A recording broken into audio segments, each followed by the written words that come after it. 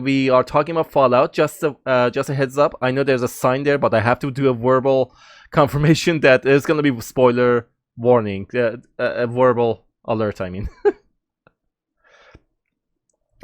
just in case.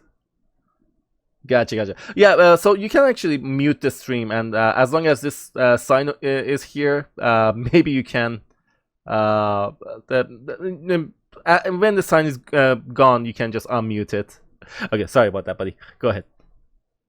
All right, so my impressions of it is, as far as the cinematic feel of it, I felt it was really, really well done.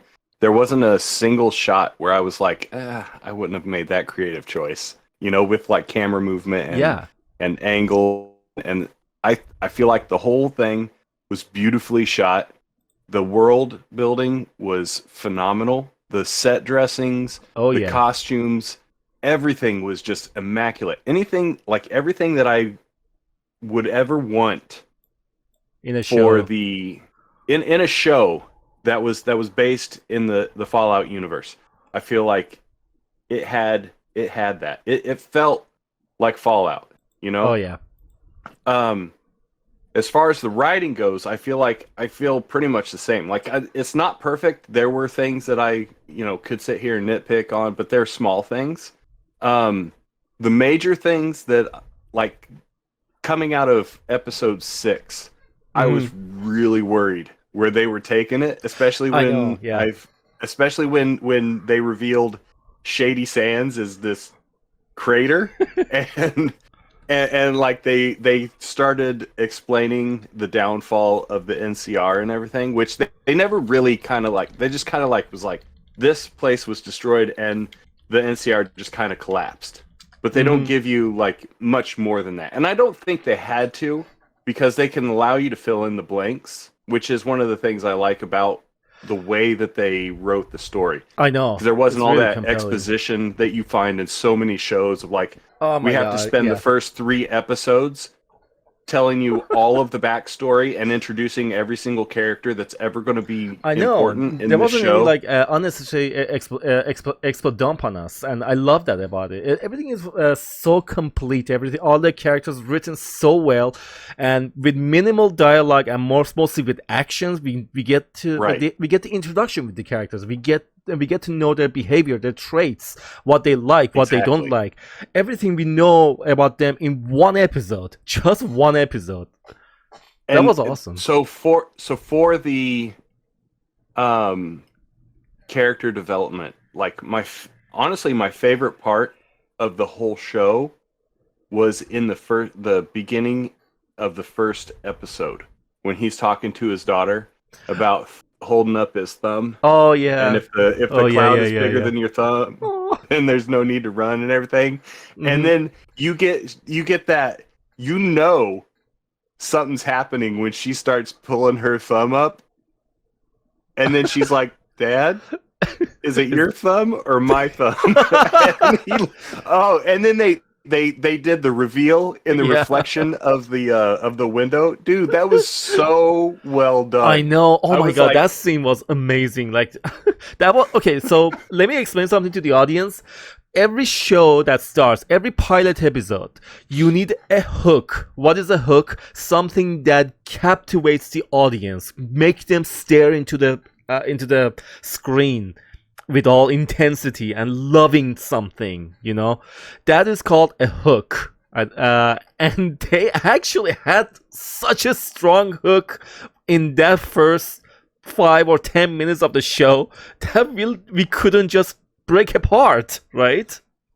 oh man, so much good stuff. I Like, know. and like, I hate shows where it's just a dialogue dump, and it's just like not a whole lot of action. You have two talking heads in a room somewhere, and they're just talking back and forth, and Yeah, there's not a whole lot of going on. There's I so many know. shows that do that, and there was none of that in here. Like, even in places where you would expect it to be, like Hmm. when the elder is questioning Maximus Hmm. about what happened to, I can't remember the girl's name, his friend, with the razor blade in her boot. when they were questioning him about that. Yeah, I don't know the name. Yeah, Because it's one of those things where it's like it was a Dane. Oh, Dane. That's yeah. right. It was a minor character, and it and so like I didn't really retain that information because as whereas everybody else is like it's thrown at you, like Thaddeus. I know Thaddeus because he was in like quite a few scenes, and dude, when they made him a ghoul, I was like, oh man, they did it. But now it makes me want to know who is this crazy chicken bucket? Because, like, how does he have the secret medicine to create ghouls? Like, there's got to be something behind that too, Well, yeah. For the whole time I thought, oh god. The whole time I thought it was maybe a con man or something, but actually, that was maybe that's the secret to making ghouls. Chicken segs. Yeah.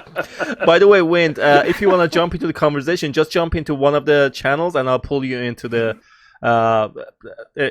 secret channel we have. No, he didn't lie. All right, give me a minute. Okay, no problem. All right, so yeah, that was actually some of the one of the things ever, like best things ever. And the chicken. Okay, so I posted that clip, that green screen clip of the chicken guy to to YouTube, and one of the comments was, "Is that TK Mantis?" And I checked. I'm like, "Oh yes, it is." And TK Mantis is a wrestler. So that's a cameo right there. That guy is a wrestler. It's really good that we actually see these like cameos and Easter eggs, that sort of thing. Yeah, but the one time they did have a major exposition dump at the very end when they were having the discussion between Vault-Tec, Robco, the big MT. I am glad they brought the big MT in because that right there that's great stuff.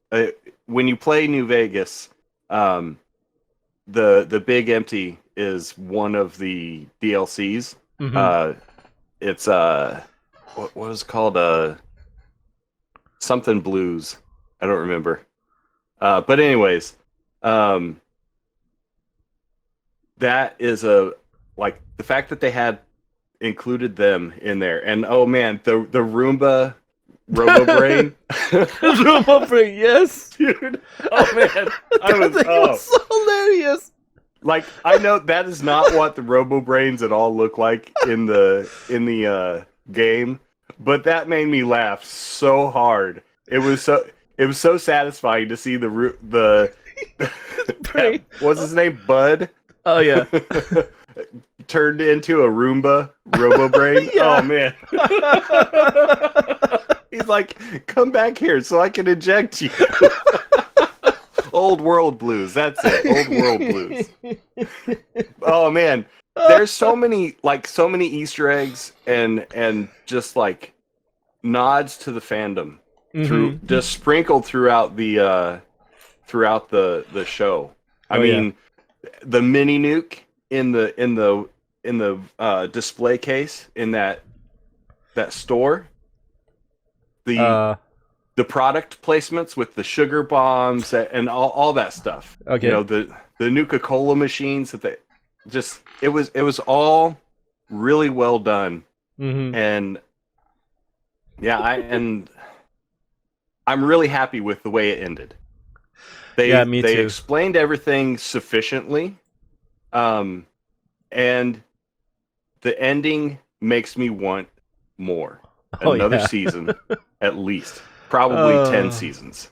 Like, the next, 20 years of my life need to be filled with all Fallout TV right now. Yeah. Okay, let's see what... go ahead. Oh, no, go ahead. Okay, I was going to read what Morgan said. Morgan said, I've never played the DLCs or completed the Fallout in New Vegas. New Vegas crashes on me during the main quest in Casino every time. Kind of makes it hard to complete a game when you can't. Yeah. Well, I've never played it, so I don't know. If you install Tale of Two Wastelands properly, it shouldn't crash on you too much. unless you start like doing some crazy modding with it. Hmm. Yeah. Because So it really irons out a lot of the bugs. yeah. So I also installed it, and I hopefully everything is pretty well done. And I didn't add any more mods just yet, but Hmm. I don't know. You said you added like 80 mods on top of the mods the utility mods that we were supposed to add, right? In your Yeah. game. So I have there's essential mods that that I put in, and there's like 30 no, like 29 of the mods are ones that I would consider essential Hmm. because they're bug fixes and like just quality of life improvements Hmm. that you can't live without. And then I have like 10 user interface mods, and that which includes MCM and some other stuff like that. Hmm. Probably about 9 gameplay mods. That one is bleed, which makes it so like if you or an NPC takes damage, that like some types of damage cause bleed effect. Yeah. So like even though you think you're like, oh, I got shot, let me just brush it off until I get done with combat here. It's like, no, you have to take a stim pack when you get shot because you continue to take damage from the bleed effect and everything. And so like Hmm. I like that because it makes it a little bit more difficult. Um, and then I have like new locations and stuff, and then most of it, the rest is like meshes and textures. Gotcha. But I mean there are a ton. There's a ton of mods out there, but I'm not really one of those guys that wants to overhaul and have like anime babes in my Fallout. Hmm. I don't feel like it fits. I don't need all of the Yeah, the I don't think I'm gonna add those. At least not to Tale of Two Wastelands. Fallout right. 4, well, we'll I see. don't need the ultra clean looking tactical assault rifles and Hmm. like all of the like SWAT gear that you see out there. It's like, yeah, that stuff looks cool, but it doesn't really fit the aesthetic of the game. So I don't tend to put all that stuff in there. Yeah. Most of it is just like um, higher resolution versions of vanilla textures or someone else's reimagining of what the textures look like or Mhm. should look like. Oh, Win, just jump into any of the channels. I'll pull you into the secret channel. Oh, sorry. Go ahead. But yeah, the that final shot with the reveal of New Vegas, oh, I am so hopeful for the next season. I want to see what they do with New Vegas. I know, me too. Like, Hi, Wind. Wind? Hello? so the Oh. thing about California is a lot of the stuff they can play around with because a lot of the places in California were in Fallout 1 and 2, which were Hmm. isometric, and they were very limited on the maps. And so, like, most of the overland map was just this low resolution picture with grids on it, and you were a triangle that, like, moves across the map. So Hmm. they have a lot of freedom to play with that stuff. But with New Vegas, that was a 3D first person shooter style RPG Hmm. where you basically go around the entire area that you saw. All of that wasteland surrounding Vegas, the city, is can be fully explored. So like there's some things where like I hope Freeside um lives up to like what I'm imagining it will. I'm assuming they're going with the house ending for New Vegas. Hmm. Um, Can you hear me? especially Oh, yeah, we can hear yes, you. Hi, Wind. especially seeing Mr. House in that meeting with everybody. He's the Robco owner. All right, hang on. Okay. Hi, Wind. How's it going? Can you hear me? Hi. Yeah, I think I need to turn up my volume a little bit. Hold on. Oh, I can turn you up from here. Hold on. Uh, okay. How's Wins and Troski's volume, guys? You cannot Are they good? escape the almighty Horbath, bunghole. hello. Run as you may. I'm gonna have to keep You the cannot stream escape. muted because if I Oh, turn yeah. on the stream, it's gonna echo. So Oh, that's true. Yeah. Hey, Horbath. Just be careful with the spoiler warning. Sorry, spoiler alert. We are going to talk about the show, so I have to verbally let you know about that as well. Even though there's a big giant sign here. Welcome on in, by the way. Okay, I Trosky have to. says I'll be back. My wife needs help. Okay, no problem, Trosky. Okay, you were saying, Win? Yeah, I was going to say one of the things that really got to me was like I have never played a Fallout game before, and then certain circumstances happened. I think late last summer, and I ended up getting Fallout 3 and Fallout New Vegas. Oh, okay. And then it, set it up with Tale of Two Wastelands, and I started my very first ever playthrough for any Fallout game ever. And I wasn't sure I was going to like it because I've watched people play Fallout 4 and I don't like the building aspect of it. And I think you probably can, verify that from the fact that I suck at building in 7 days to die. But no, you're not. But the thing you're the thing that really struck me was how true to what I know about Fallout this series was. Except for like the couple of little faux pas, like when they didn't call it chems, I forget what they called it, drugs or something. They instead of, referring to the meds as chems and stuff like that, it was just like the visuals. I mentioned in the movie chat when we were watching that that scene with all the dead brotherhood. Oh, you have the spoiler alert up. Okay. No, don't worry. Everybody knows. It reminded me of something that I experienced in the game when I encountered. So it was. You're saying like all the set design and everything, they kept it as close to the game as possible, right? So yes, basically, you have the same feeling, same aesthetic, and the environment, landscape, everything was really close to the either lore or the game, or both. Yeah.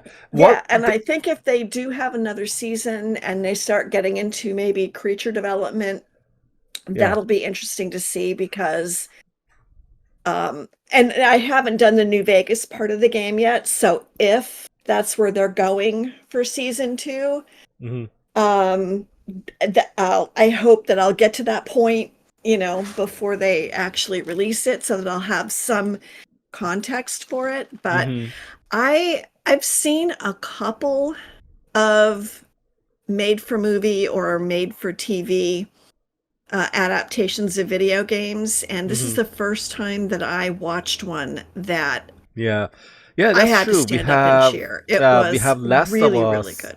Yes, and they made The Last of Us, and they made Halo, I think, but Halo was really like not loved by the fans at all. And see, I've never played The Last of Us, and I've never played, and I've watched a couple of streams, but I'm not as familiar with The Last of Us, and I'd have to say that was a great show, and I think they did a really good job, but I have no frame of reference because I've never played that game. It was a good show, actually. It was a really good show, and it was very a really close good to show. what they had in the show. Very close. But I think if I have to like compare to Fallout, I would say Fallout is like compared to that like a masterpiece. It's like comparing maybe let's just say comparing Pepsi to classic Coca-Cola, kind of like that. That's what how I would like compare it. Let's see what Hyber says. I didn't care for the building aspect of Fallout 4. Main thing I do is make sure a lot of firepower and food and water and stuff for me.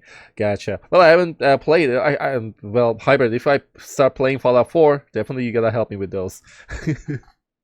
Anyway, okay, yeah, we were talking about the world building. World building in Fallout 4 in the series, it was fucking amazing. Okay, so basically, as soon as, like, you could feel the difference every time one of the main characters enter a different location. Okay, I think it was Trosski that was talking about, like, the bright when Lucy was exiting the vault for the first time, that bright light, like entering a bright light. It's like a portal into another dimension, you know, if that makes sense. You know, okay, so the environment is going to be different, and after that, like, entering another city made out of, like, cars stacked on top of each other. I don't know what that city is. I forgot the name, but I'm guessing it's a city in the game as well. Like, you guys know about that city? So my point is, world building was so good. Like, every faction, every environment is different. Philly, thank you. Yes, Morricon. Yes, that's the one. Every like, every environment is different, and every environment had their own unique factions. Okay, so even, like, comparing the factions to each other, like, we compare Brotherhood to the republics, the new California republics. You can see to the difference in the costume, in the environment, where they're. And one thing I noticed, the places that the Brotherhood were living, there were barely any green. That kind of shows how rigid these people are, right? So uptight. So they kind of, like, going up against their own like, human living nature, and just environment describes these people. You know what I mean? That's great world building. And then we go to we go to NCR. I'm just gonna call New Republic New California Republic NCR, if you guys don't mind. And we go there. We have vegetables. We have mixed of races working together. Ghouls with humans, and I don't know if there were any other races in the Fallout series, but yes, there are a lot of people mixed together. Freedom, and you see green vegetables, and you know, that sort of thing. That's the first thing you see when you go there. This is an indication of great world building, which is a really, really hot something that they don't pay too much attention in TV shows nowadays. Okay, for example, in the Avatar, the Avatar: The Last Airbender, they really ruined that. Unfortunately, like, when you go to Omashu, you feel, instead of feeling it feels like Omashu, you felt claustrophobic. Like, there was just so much CGI dropped into there, like, to fill in everything, like every negative space in the in the screen, so that it looks full. Like, it was really bad. It was bad. Like, you don't need to, like, fill up everything. Let the emptiness sometimes says something on the screen. So yes, world building, I loved it. I definitely loved it. Let's see. Okay. What did you think about? What is your opinion about Cooper? I loved him and I hated him, and at the same time, yeah. And because I hated him, I loved him. I don't. I know that doesn't make any sense. No, it makes perfect sense. You actually describe a perfect anti-hero. Yeah, he was. He was. I mean, when you see who he was and who he is, and you see how he got there, exactly, it made sense. It just made sense. It was like there was no other way that he could have been. in the story. Yeah, in his act 1, he was actually like he was really uptight. If you notice that, like he was a lot more ruthless than he was like towards the end of the season. Okay, and basically he was very naive when he started out. You mean in the flashbacks? Yeah. Oh yeah. Yeah. Well, and stuff happens, and your heart becomes harder. That, and he's 200 years old. Right. Age really hardens somebody's heart. I just really wish they would have explained exactly how they did the aging aspect or the preservation aspect, because I agree like on if that, yes. if Hank dies, is there another Hank? I mean, it's like, or were they I don't think they were cloning. Were they frozen when they shot off the bomb, and then they released them all, and then they populated those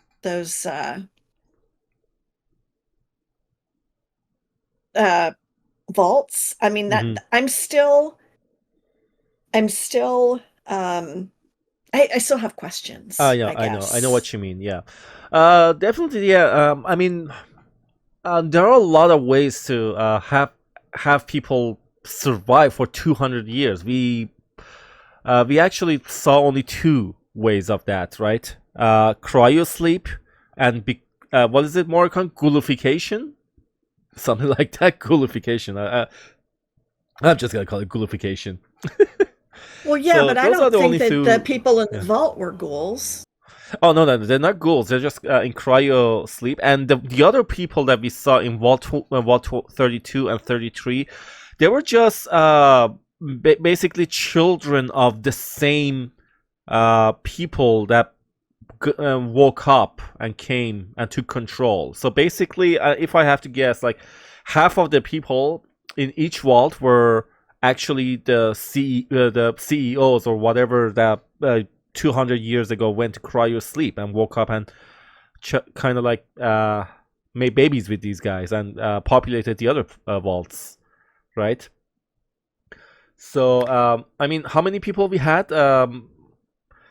We had Hank. We had, what was that blonde girl's name? Betty. Betty. Yeah. And what was her name? Yeah, the one that lost an eye, the blonde girl. Stephanie, maybe. Yeah. Yeah. So these are the three of them that we knew. But according to what happened in Vault 32, I mean, that was a massacre. People killed each other. Like, I would say maybe they had more from Vault 31 in disguise in that vault than we had on 33. Well, I'm thinking when they showed that one clip that Lucy watched on I forget. I might be confusing this, but the one where the scientists were, I think the scientists were in Vault 32. That was the vault that was all the scientists. No. Maybe that was Vault 4. I'm getting that wrong. But that's Vault 4. They were Vault 4. That's right, and they were experimenting, and they were making. I think they were making like super mutants. The guy from Vault 4. Thank you. Yeah. I'm getting them all confused. No, it's okay. But I remember, because I think I only partially watched that particular episode, but I remember that there was a video of the scientist that did the commercial and his wife, and they were trying to keep the hi, Tannel. What I can only assume was a super mutant, or something like that, out.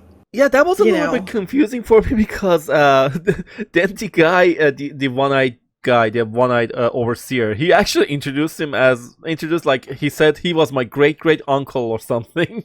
That fish guy, the big giant gulper or right, the gulper. Yeah. The gulper. So apparently these things are mutated from humans or interbreeding between humans and some kinds of animals or something, and that's something Yeah, I the don't know. original residents of the Vault 4 were doing until they, I think they ran or left the vault, and then the survivors or the remaining people that were there let the survivors of the Sandy, what was it called? Shady Shady Sands. Sands into the vault, and they have their own culture now. They have their own unique way of life, and it's totally different than other vaults now. So what they had was actually genuine, and what he said, what the not the scientist, what the video was indicating, like these were like experiments, yes, but when they left, these guys, they were just helping these people to ease their pain. The pregnant woman, these are the products from the previous people that were in this vault. So that's what we understood. And that's why Lucy kind of panicked and then threw acid on somebody, and she didn't know. And then when she realized, oh my god, I'm so sorry. And yeah. Let's see what. Yeah, I just still have questions about the timeline. Is all I think, and maybe Morgan says I he don't know. has I just have questions about how on earth Moldaver is 200 years old. I mean, she's more than 200 years old. Yeah. She lived for 200 I would years say after maybe- however old she was. Maybe another cryo and sleep or something. I don't know. But where did she get because the cryo I'd pod? be hard pressed to think that they froze her if they cut her out of, her cold fusion that she developed. Hmm. I don't know. I just have questions about that. Yeah. Like, I love I'm the back. reveal. Oh, welcome back. I Welcome love back. the reveal that, okay, the main villain that we thought was the main villain, it was a twist. Like, she wasn't the villain at all. She was actually the hero one of the heroes of the story. Towards the end, we understood that the actual villain was the father, Lucy's father. The person she looked up to, the person she learned everything from, and she loves. And then this turn of events and the bomb drops on her, and she's like, "Oh my god! Like, who is this man? I don't know this man." And by the way, that was a great acting on the actor. Okay, so yeah, that was a bombshell on her. Like, she was like talking to Max, telling Max, "Oh, if my father learns that I left, I'm cause of like killing an entire community, he will be very disappointed," or something like that. And then the next episode or 2 episodes later, she learns her father actually murdered an entire city. Yeah, and I think that there's 2 things that really struck me. Number 1, how ill-prepared the people in the vault really are for populating the surface, and the fact that there is somebody somewhere who's in charge, like the ghoul said, where he, when he was talking about, all of the chaos and whatnot that's going on the surface, but that in all of that chaos, somebody's pulling the strings, somebody's in charge. Have you guys noticed those something? are, I think, 2 things that really stood out for me. Yeah. I don't know how on earth the naivety of the people that are living in Vault 33 would survive on the surface. There's no way they're being prepared. I know. It's almost like they're, Well, it's that idealistic 50s retro futuristic happy-go-lucky, like Leave It to Beaver kind of mentality. That right. we can repopulate this whole place with a bunch of these happy-go-lucky like people that we've socially, psychologically, and probably like DNA like manipulated these people into being a certain type of person. And you got to remember their idea was we're going to wipe out everything on the surface Yeah. and start over. So when the reason that they destroyed Shady Sands is because they realized everybody hadn't died on the surface. And that was their plan. Like they were like, okay, people are going to die because there's going to be radiation and it's just going to kill everybody. There was no thought in their head of like, okay, this is going to create like ghouls, super mutants, and like all this other stuff. You know, West Tech, they had the idea of making super mutants because they were, dude, when they started throwing out ideas for vaults, I was like, I've been in that vault, I've been in that vault, I've been in that vault. Yeah. And I was great because it rolled all of that into like there's a reason why those ideas span the continent, you know, how you can have super mutants on one side and super mutants on the other. They all just gave each other that idea, like, oh hey, let's create super mutant soldiers. And so like that, and that's another one of those things where they use the show to kind of bridge some of the retconning that had to be done with previous games, and the when people were like, whoa, how did that get over there? That was created over here by this group. And so like that right there shows that, okay, pre-war, they had this discussion, so everybody had this idea in their mind, and they just ended up doing the same thing. But and a great instance of that is seeing the Pridwin fly in for the first time, and you're like, okay, wait a minute, how does the Pridwin get here? You know, and from what I understand, it's not the Pridwin; it's a completely different airship. Its name is like the Calnus or something like that, and it means Pridwin. It's basically the same thing. But then they're like, oh, well, we just got this communication from the Commonwealth. And it's like, oh, so there's cross communication there. They shared plans. That's how they built a new Pridwin on the West Coast. Problem solved. No issues there with that. Because like that's the major thing that you have to contend with is like there's this vast landscape, and it took a long time, and it was a very arduous journey for the Brotherhood to go from the West Coast just to Chicago, and Detroit, and that is where the DLC for one of the DLCs for, or not Detroit, Pittsburgh. That's where one of the DLCs for Fallout 3 comes in, and it has to do with what happened in Pittsburgh when the Brotherhood got there and what happened after they left.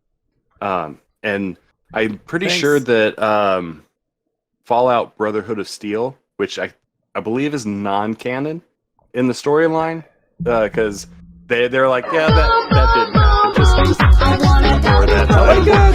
Hold on. We have that one deals with the Brotherhood of Steel in the Midwest. So it's part of their journey over to the East Coast, which is, you know, where they get to once they get to the Commonwealth, they fly in on the Pridwin, and there's lore behind how that was constructed after Fallout 3 using parts from Enclave stuff. But you know, I feel like they did a good job tying the lore together without like angering.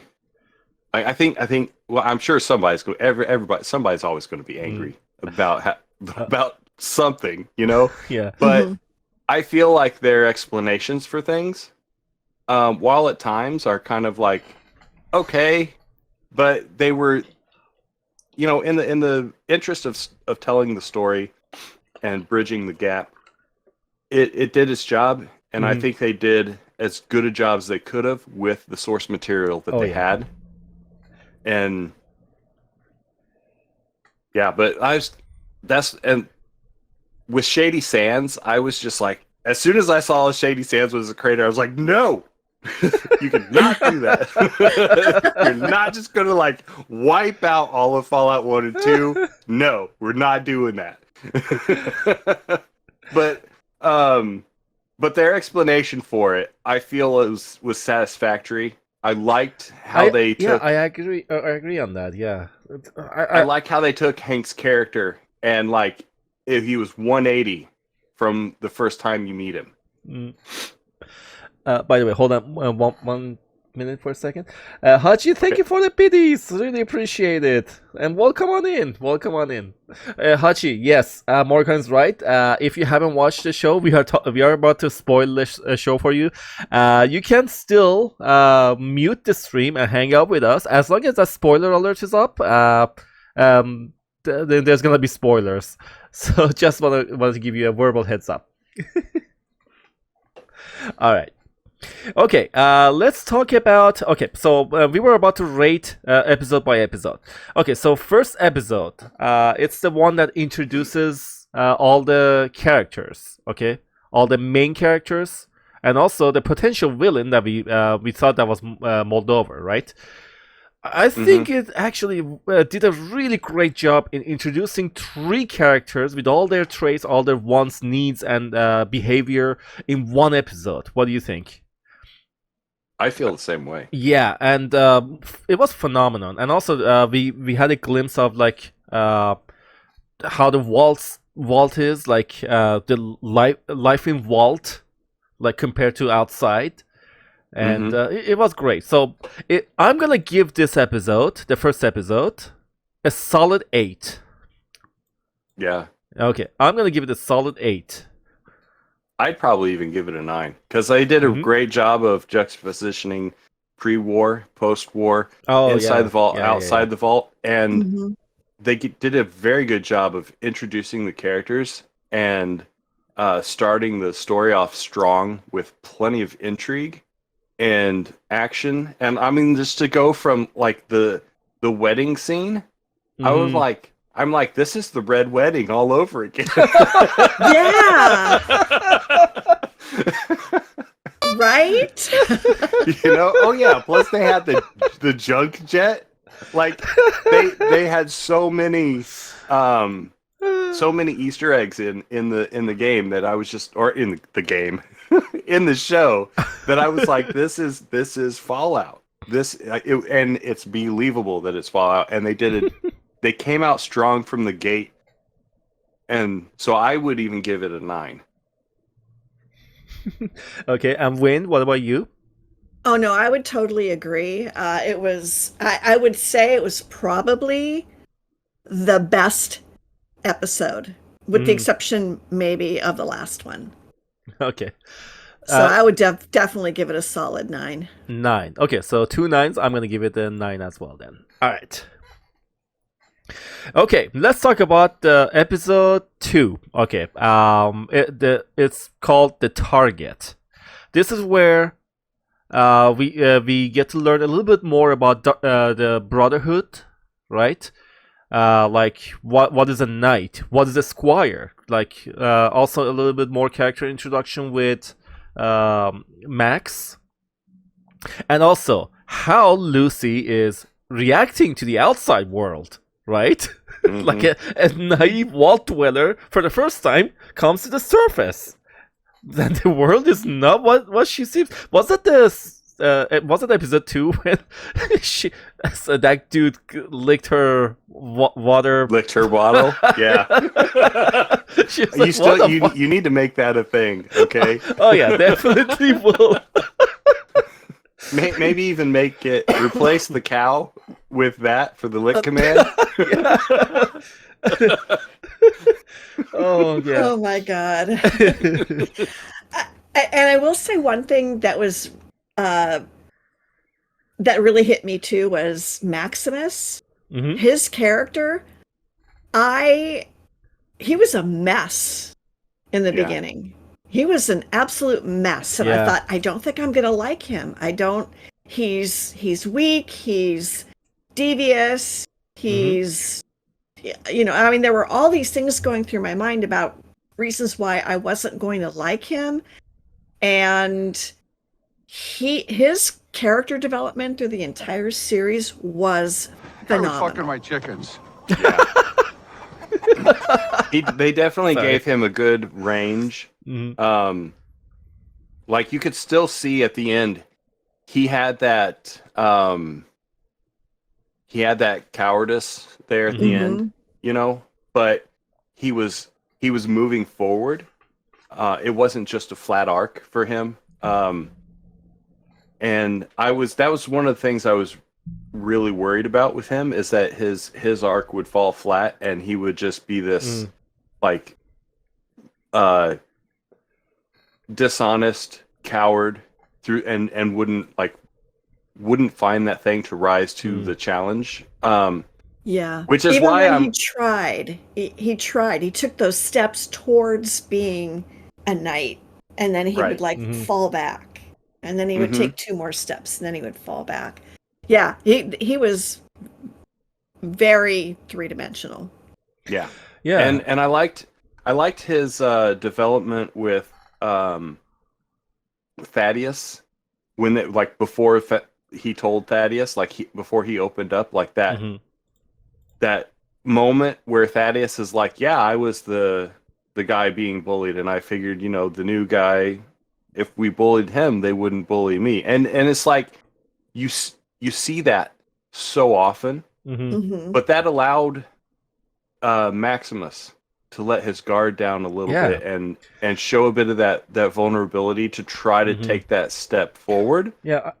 And then the reality smacked him in the face, and it made him take a step back to be like, oh, yeah. shoot. Normally, when it comes to like kind of like a, I don't want to. Maybe it is a redemption. Like he was actually like so he let his ego to come to prevent him to help his knight, even though his knight was an asshole, but his ego led him to let the knight die. You know, didn't give him. Yeah, no, I would have shot that knight in the face. Yeah, I know, but still, like,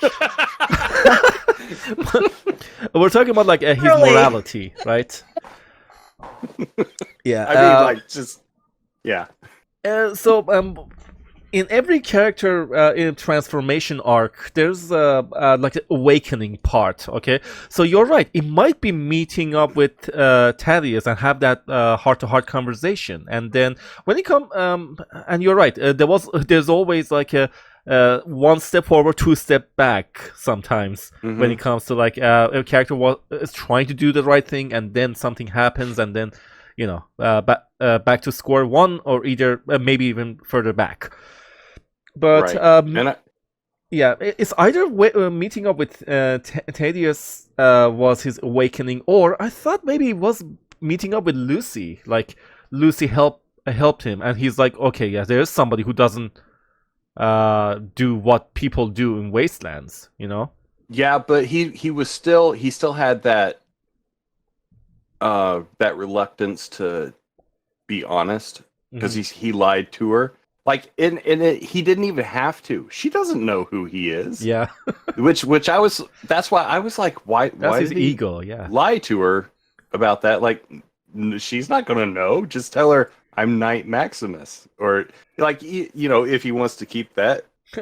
But just be like, I'm Knight Titus. Like, I don't think he had come to terms with what he had done, and I think that's one of the reasons why he couldn't be honest. Exactly. So that's just my takeaway with it. But I think it took till Vault 4 for him to really make his choice, especially when he talked to had to heart, like, went on their way out, had that talked with Lucy, you know, finally, like, Lucy telling him like about those, like, you're a good guy and I don't see any good guys, and that was kind of like the moment of enlightenment for this character. Okay, so he accepted the fact, okay, I can trust this person now, and he let his guard down. He finally came clean. He told her, okay, I am not who you think I am. I'm Maximus. I was a squire. Blah blah blah. and Yeah, kind of I felt think he relief was too. coming into his own, I guess. I don't know how else to Yeah. really Mhm. say that, but Yeah, but I'm every time I see that scene of Titus running away, going fuck, fuck, fuck, fuck, fuck. All I can think about is the wind. you're not wrong. As soon as I'm like, somebody watches the wind stream. Oh my God, you think it was Todd? It might be. He's like, no, you putting this in there because I've seen this and it happens. Even in Power Armor, it happens. Oh my god, that was awesome. Oh god, that was good. That was good.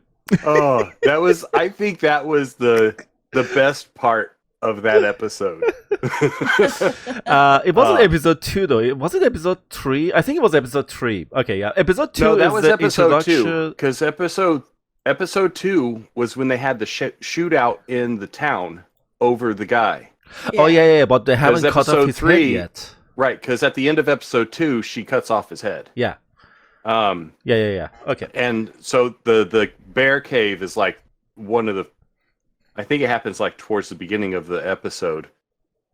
Okay. He's like, you're right. I'm bored. I want to go shoot something. Yeah, and yeah. that was a great thing. You know, Titus had this hard ass Armor persona that he just projected through that intercom. That's this big, imposing, booming voice. Which, when I first heard it, I was like, that is not what a power armor sounds like. But now I get why it's like that. Intimidation. Because it's that exactly that intimidation that it allows them to put forward that image of strength, and then to go from that to him running out screaming like a little girl is like, what just happened here? It's like, you're in power armor, man. And then he's like, shoot it. I was like, that's great. And hearing his voice outside the armor versus with the speaker was like, I mean, Michael Rappaport of all people. I know. It's like, oh my God, the least brotherhood person you could put in power armor. Right. Oh yeah. And so like, and that right there was a good juxtaposition with Maximus's character as well. Because Titus starts out as this strong, imposing character and quickly crumbles into nothing. And then and Maximus's character starts out as this weak guy who gets bullied. His nose is like broken through the entire show because of the beatings he took when he was before he became a squire. And even though like when he puts on the armor, he's still kind of got that awkwardness to him. And I love the fact that they held on to he doesn't have power armor training, so he's not as good with the fighting. He can't aim, he can't hit anything. He's like swinging and missing, and he's basically like a bull in a china shop with this power armor.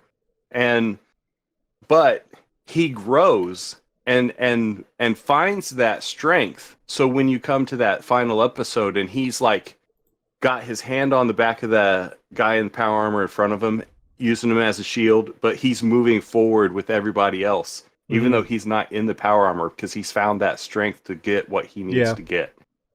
And I feel that character arc was very good, and I liked the imagery of the difference between him and Titus. And he had taken that name of Titus because the name is strength, you know, because of everybody's image of Knight Titus. Even though he knows Knight Titus was a coward, you know, he still uses that moniker because it projects strength.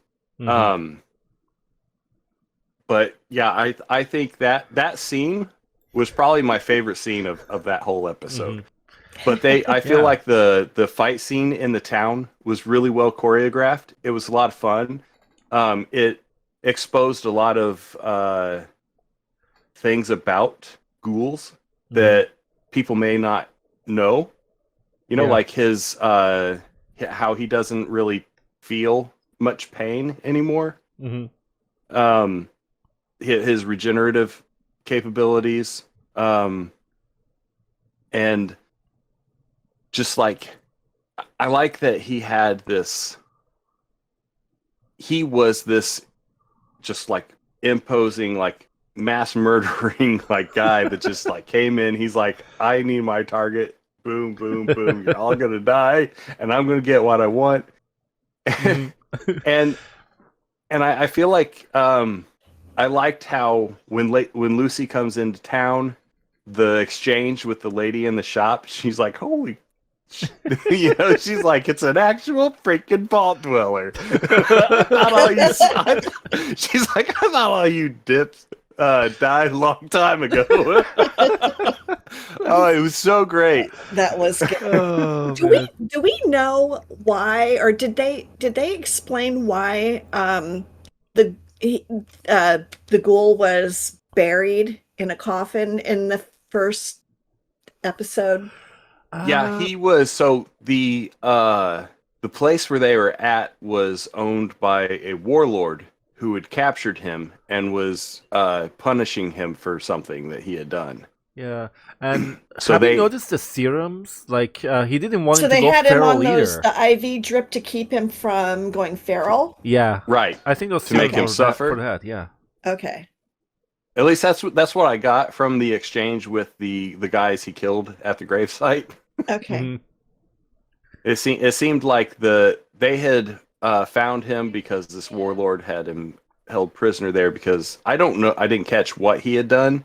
I just figured he had wronged somebody and they were mad about it, and so they buried him Mhm. for a long time. Yeah, good question. How long has he been there? And that right there is not really Yeah. known. You know, I don't think the they reason I'm mentioned asking how is long he had because been we've there. seen him eat something, eat food. You know, so we know ghouls have to eat. So No, they don't. they don't. Then, No, I mean, that's he's one. eating. That's one of the things that you like through playing the game. It's one of the things that they've discussed about ghouls. There's a quest in Oh, Fallout okay. 4 where you find this ghoul kid who's been locked Mhm. in a freezer since the bombs dropped. Oh man. So they don't have to eat. The serum thing though, that's new. That's something that hasn't been a thing in the Fallout universe. Mhm. I understand why they did it. It because there is always a chance that a ghoul will devolve into a feral ghoul at any time. It hasn't been explained Why in the game? in the right? games what causes that degradation, and whether or not it can be staved off. It just seems to happen to some people at random. Some people, when they become a ghoul, it happens immediately. It's just kind of like one of those luck of the draw things. Mhm. They touch on it in Fallout 3. Interesting, Mhm. because I don't remember what they had said in Fallout 3. There's so yeah. many things. Personally, I think it fit well. Something about brain rot. Yeah. Yeah, I think it actually fits really well within the story, like the serum thing for the ghouls. Mm-hmm. I mean, if It what does, you say and is, it gives him like his kryptonite, you know, yeah, because otherwise he would be this impervious, regenerative badass that just oh yeah, doesn't give to anything about anybody and is just going to run through everybody. Mm. But he's got this crutch of he has to take this regularly, otherwise he becomes feral. Mm-hmm. All right, and let's talk about the target. What's his name? I'm gonna call him Benjamin because his name was Ben in Lost. I don't remember what his name was. I don't know. Hold on, Wilzig. Wilzig. That's Wilzig. it. Yeah. Wilzig. Oops, I didn't mean to click on that. Yeah, Wilzig. So he also like created dog meat, you know, and that core that he injected himself with, that they called it the artifact. Like, let's so that technically that was the target. I mean, this guy was just a host, or not a host, a carrier of that. Right. So we know like 3 factions were after this. Okay, I mean not 3. Technically, it started as 2. Max and Cooper, but then Lucy's the one that ended up getting him, and then cutting his head But off. so Cooper was actually hired to get it by I thought by someone who was working with Moldaver. Uh-huh. I might be wrong about that. I might have misunderstood the context of that. Yeah, but why did he want to kill Moldaver? Or not? It was never clear. He was just trying to find Moldaver. Right, because he thought Moldaver knew what happened to his family. Oh, that's right. It was a big reveal at the end. He's looking for his family. Yeah. Right. And so like when he's looking for Moldaver to get answers to that, but then when he sees Hank, he's like, well, holy freaking, I didn't think I'd ever see you again. and these, that there's that realization on Hank, like, Cooper? Howard? Really? You're still alive? Like, how? Yeah. I know. That was awesome. And I think that Wilzig or Witzig or whatever his name was, I am unclear, other than that he was the vehicle by which the artifact gets out in the world. Who was he? Like, he was a scientist working for the Enclave. For the Enclave, okay. Yeah. Oh, by the way, so that's actually something else I wanted to ask. What is the Enclave? We haven't seen them much. So the Enclave is remnants of the United States government. So when everything happened, the government went to their own shelters. I see. And the Enclave is basically like the government, the deep state. They're the deep state. And they're the ones with the stormtrooper miniguns. Right. And so like when their idea was to get rid of all of they're basically everybody's racist in the game pretty much, but they're the ones that they're the Aryans. They want purity of the human race. Yeah. So Morgan they want to wipe out all mutants and all ghouls and anybody who's affected by radiation. But I think they also created the FEV, which made the super mutants. So super mutants is a government product? I don't remember very well. It's been a long time since I played. Morgan is right though. How did the Enclave create the cold fusion tech in the first place? So the cold fusion tech was created by Moldaver's company, and it was bought by Vault-Tec, and I'm assuming Enclave had access to Vault-Tec's records through that kind of stuff, the intelligence and CIA kind of thing. And so when when the Enclave came out of the vaults, they discovered the Vault-Tec cold Good morning, Vault-Tec calling.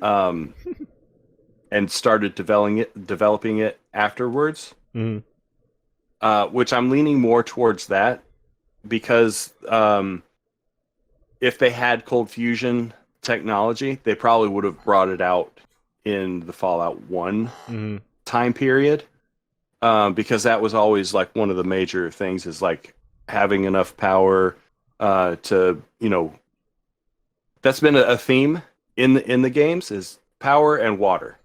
Has always been a major issue in the games. Even in Fallout New Vegas, you have the Helios 1 power station, which uses solar arrays.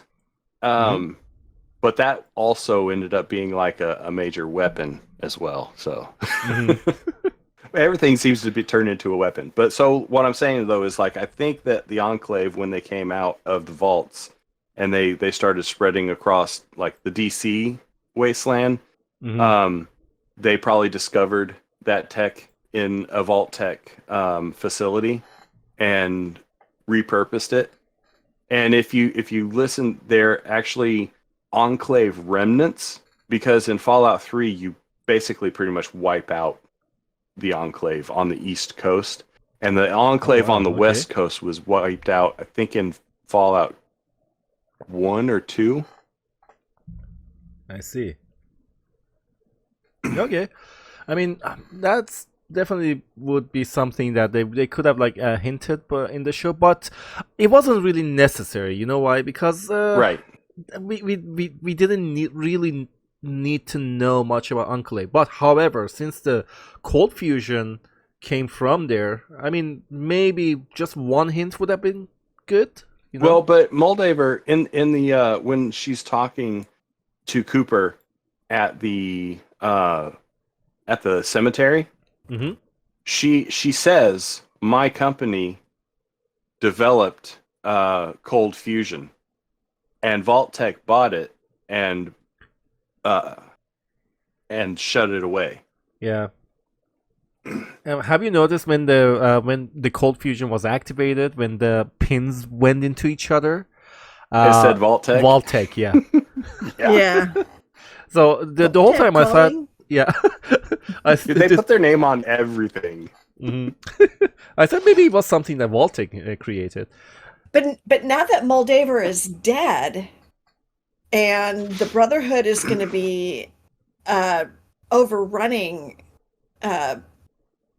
Griffith Observatory, what are they going to do with that cold fusion? Can they deactivate it? Can they turn it off? Can they take the artifact now that she's dead? I think it becomes a power source for the Brotherhood now. I mean, the realization. One of the things about Max at the end, like, okay, so basically Max finally realized. I mean, with his look, like he was staring into the distance with the light. Okay, so these guys only wanted this for light and power, and like to power their cities, to get the civilization back to life. And then what it is. What's it called? The war. Oh yeah, war never changes. War never changes. What is the elder one said? Like, okay, we're gonna be a dominant like force, and I'm the leader, and you guys are gonna be my sword, and you'll like, be my knight. Yeah. Yeah. Something like that. So the way the Brotherhood started is they were remnants of the United States military. Yeah. That had been secreted away, and while they were in their vault, they decided, when they come out of the vaults, their mission is to claim all of the pre-war tech and store it away so that nobody else has access to it, so that the war doesn't ever happen again. Because they're of the mind where people cannot be trusted with this power, so it needs to be taken away and held by us, who will be responsible with it and keep it locked away. Yeah, certainly the elder one has a different ideology than that. Right. So over the years, there's been a few elders who have strayed from the teachings of the Brotherhood. So like in Fallout 3, you have Elder Lions, who the Brotherhood has never been philanthropic ever. They just want to take all the tech, and they'll kill whoever needs to be killed to take it all. Elder Lyons got to DC, and he decided, we need to help these people, not just take all this tech. We need to use this tech to better the world around us. And so when you get from Fallout 3 to Fallout 4, you have a new elder, And he has gone back towards an originalist point of view of take all the technology because nobody else can be trusted with it, and we'll destroy anybody who gets in our way. And so like there's instances all over the place of the elders or various knights or leaders in the various Brotherhood of Steel pockets, because like there's no real, like once they spread out across the country, there was no real central authority because they didn't have contact with each other. So there's different pockets of the Brotherhood who all kind of fall under the same ideology, but some of them have different ideas of how to maintain that and how to best do that. So like this new elder is just another guy in the line of a lot of guys that have had a lot of bad ideas. And so it seems like they're going to take this, probably make this observatory and the surrounding town that now has power. They're probably going to turn that into a fortified area. I was going to say fortification, but then I was like, that doesn't make sense. And then it just came out forticated. Fornicated. They're going to have a fornicated area right there. Yeah. You know? But no, so they're probably going to fortify that town, make it their new headquarters, using this power source. Yeah, because they can't really move the thing. It's kind of like plugged into the machine, and the machine is like already like plugged into a lot of things. So yeah, you're right. It's gonna be more logical if they actually do that.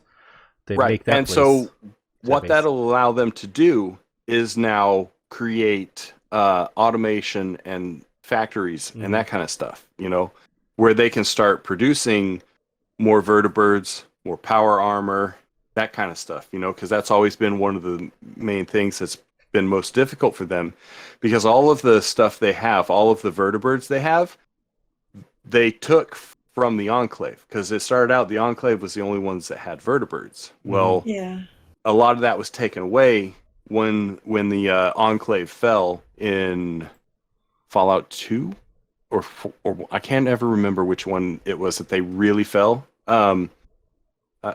Because they kind of overlap in my brain a little bit. But then the Pridwin in the Commonwealth was an airship that they cobbled together from an Enclave mobile fortress that you have to deal with at the end of Fallout 3. Fallout 2, just before the Enclave. Right. Okay. But that if they do plan to manufacture more power armor, that they remember about that design flaw. Right, the welding in the chest. And that reveal, by the way, by the ghoul, him saying that he was a member of the Brotherhood. No. He wasn't a member of the Brotherhood. No, but he said he'd worn that suit. Yeah, right. He was a bounty hunter. He was a Marine. Oh, he was a Marine. Yeah, in the first episode, he tells his daughter, back when he was a Marine, they told him, if you hold your thumb up and the cloud is smaller than your thumb, run for the hills. If the cloud is bigger than your thumb, there's no point in running. Oh, he was at Anchorage. Okay. Yeah, he was at Anchorage. Okay, that makes sense. Yeah, okay. Because that's when he was talking to Bud. Bud used to work for Westech, who developed the T-45 series, which is what they used at Anchorage. Okay. And he had said, your design flaws got a lot of good people killed at Anchorage. And okay, but they never disclosed what that design flaw was. Okay. Right. In that they didn't disclose what the flaw, just that there had been a flaw in the design or that they hadn't fixed it I see. in the newer version. You know, No, now well, that he you did. guys are talking about They didn't this, discuss whether it was fixed in the newer version. That's why he's like, I wonder if they fixed that in the new version. Now that you guys are talking about this, that I totally forgot about all these dialogues. Okay, not the final episode where the Cooper actually revealed the design flaw. I thought maybe it might be something that was unnecessary because I don't know, maybe the writer wanted to give Cooper the upper hand and then dumped some weakness onto the armor, but because we saw him fight Max in that power armor, I was thinking like, why didn't he use that design flaw to kill Max right there and then and there? You know, Well, probably because he could see that Max wasn't, he didn't really have to try to beat Max. Yeah, as nights go, he was pretty fledgling. Like, yeah, but I think at he the could beginning, he can see through the fact that he wasn't a true Brotherhood Knight. Yeah, but at the beginning, Cooper was ruthless. Like, he wasn't really showing mercy to anybody or wanted to be alone all the time until Lucy showed mercy and dropped the serums in front of in front of his face. You know.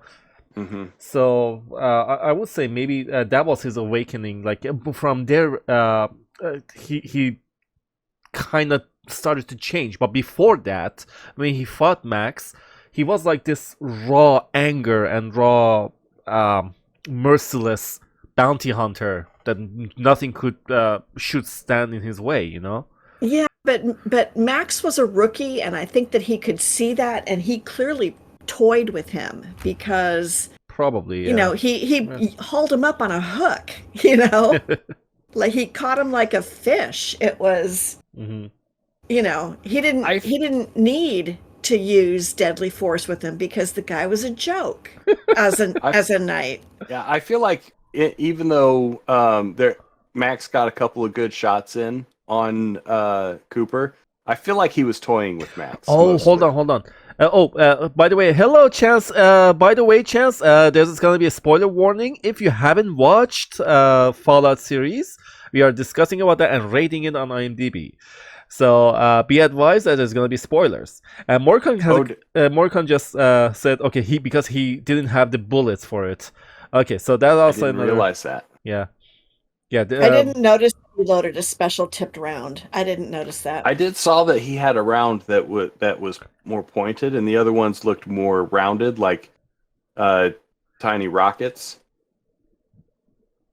Oh, you watched it twice. Chance watched it twice. Nice. Nice. I think you almost have to watch it twice to absorb everything after you know. Yeah, because the second time you watch it, you're going to pick up on stuff. You're like, oh, how did I not notice that before? Yeah.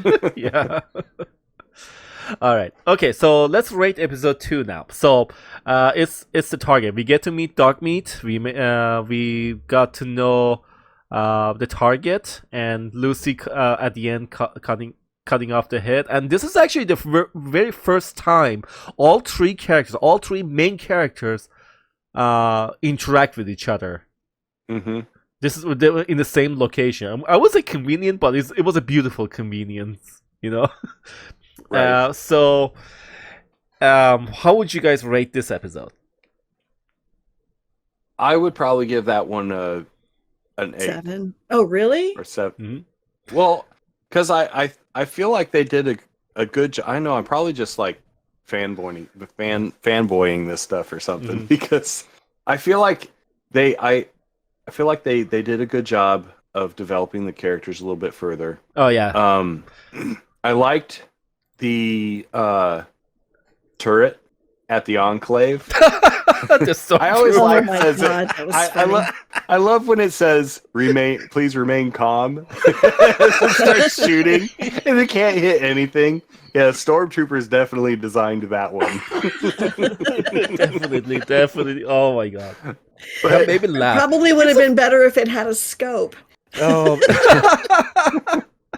But like I liked seeing the evolution of Dogmeat going from this little puppy that's born underweight who should have been incinerated. Oh, that's beautiful. Based on their rules and everything. Mhm. But the guy fudged the numbers, and then took him and raised him as a companion with that little like hollowed out wall piece with the bed for him and the little bear. And it really showed like why Dogmeat had such a strong desire to remain like connection with his master, you know, and why he followed the head around, you know. Yeah. So it was a good touch. Really good touch. Like Lucy had the tracker thing in up the head's nose, and also another way to track is Dogmeat. You know, right? That was good. So one of the things that you never really get in any of the Fallout games is the origins of Dogmeat. He's in all of them. He's in all of the games. Really? Yes. Yeah. It's not the same dog. Oh. But it's like that there is a Dogmeat in every game. He's a staple character in every single game. It's like Geralt. It's like Geralt and his horse Roach that he's had like 10 of. Right. All named Roach. Right. Yeah. But so I liked that they had an origin story for Dogmeat. This super canine from the Enclave, who's trained and bred specifically for like the tasks of attacking and searching and like just being smart, great dogs that can be used in combat and stuff. Because that's what Dogmeat is. And there's been comments from NPCs and other characters as you play the games about Dogmeat, and how smart he is, and somebody in New Vegas, there's another dog. There's a robot dog, and someone comments on using Dogmeat's brain for that because of how smart he is. Okay. But obviously you don't do that because like it's Dogmeat. You can't kill Dogmeat.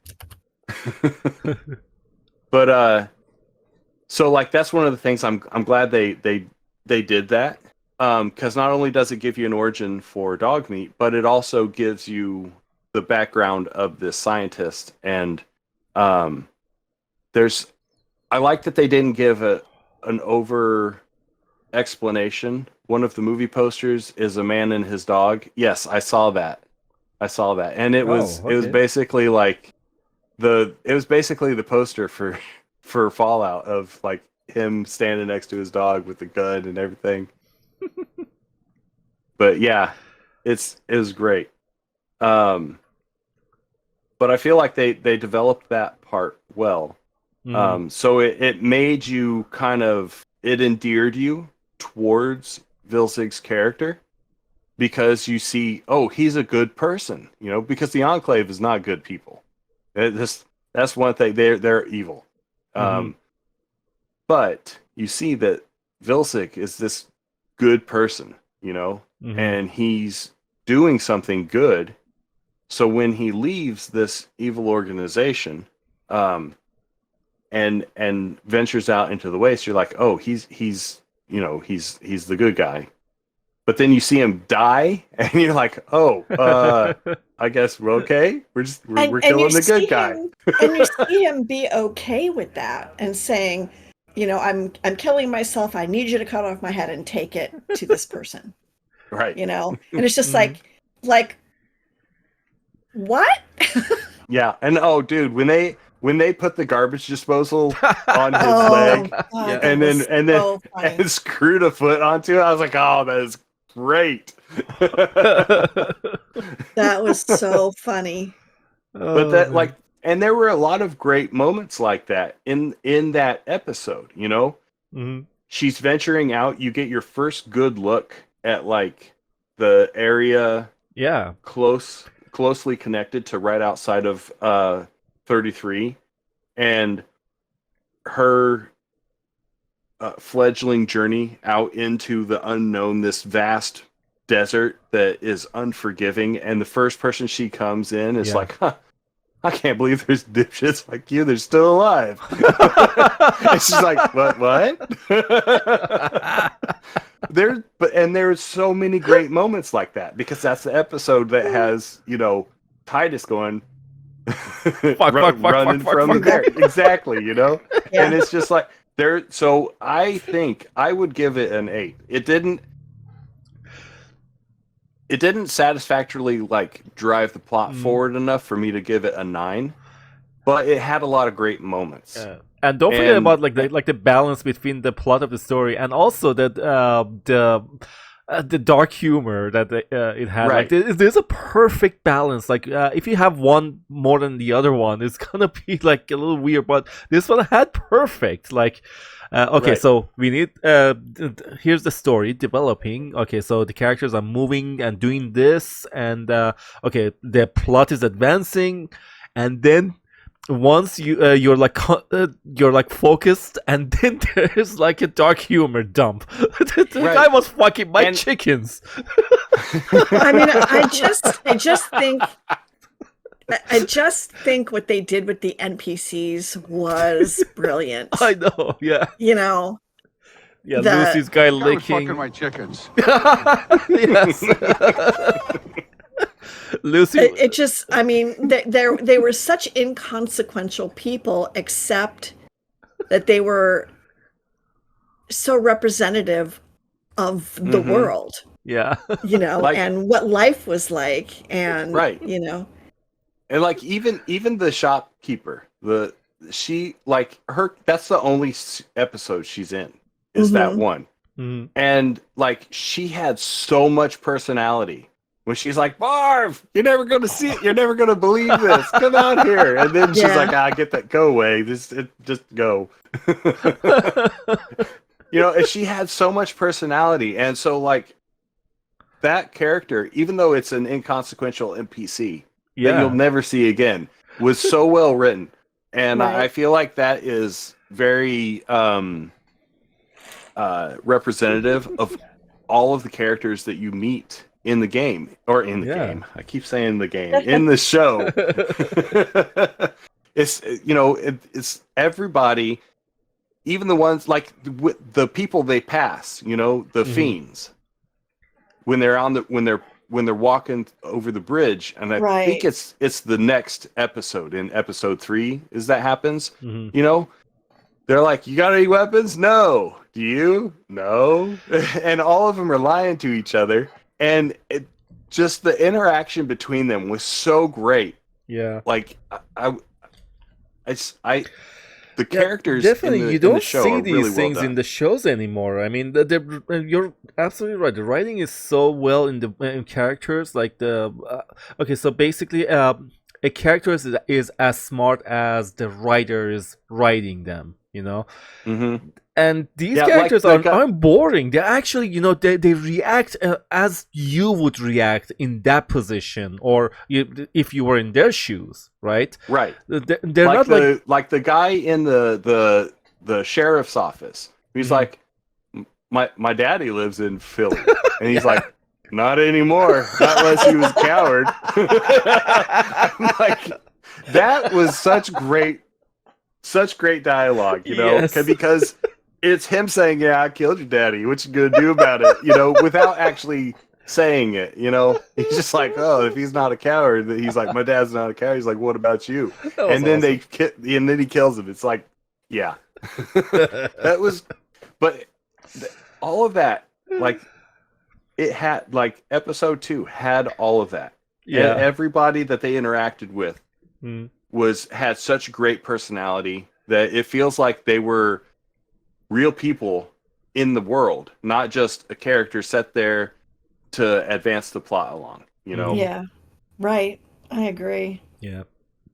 Okay, Brandon, so you're never going to get through all 8 of these episodes tonight. Oh, we will.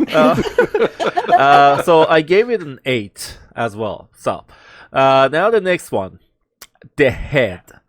And description is Wastelands got its own golden rule. So if you remember, like Lucy was trying to teach teach Cooper about the golden rule. What is the golden rule? Gosh darn it, you should not hurt people. Right. And Is then that the one when he used her as bait? yes. Yeah, that's the one where he's like, I ain't torturing you. You're bait. He's you as bait. Yeah, and also and go ahead. I loved how the little details, like the way that the gulper's mouth had all the fingers inside there, so some messed up stuff Human is going DNA on there, was in there, right? Yeah. Exactly. Yeah. Because generally all of the like waterborne mutants, with the exception of the Mirelurk Kings in Fallout 3 and New Vegas, God, I they hate look those. they look like the swamp creature. But most of the waterborne creatures are all descended from crustaceans or something like that. They're basically the mud crabs of the Fallout universe. And the slaughterfish.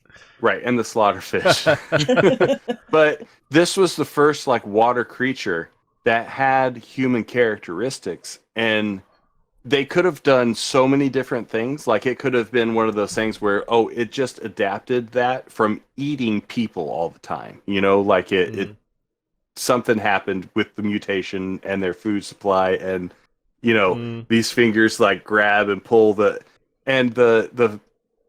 insides of the thing like spilling out onto the ground when Maximus pulls Thaddeus out of its mouth was just awesome.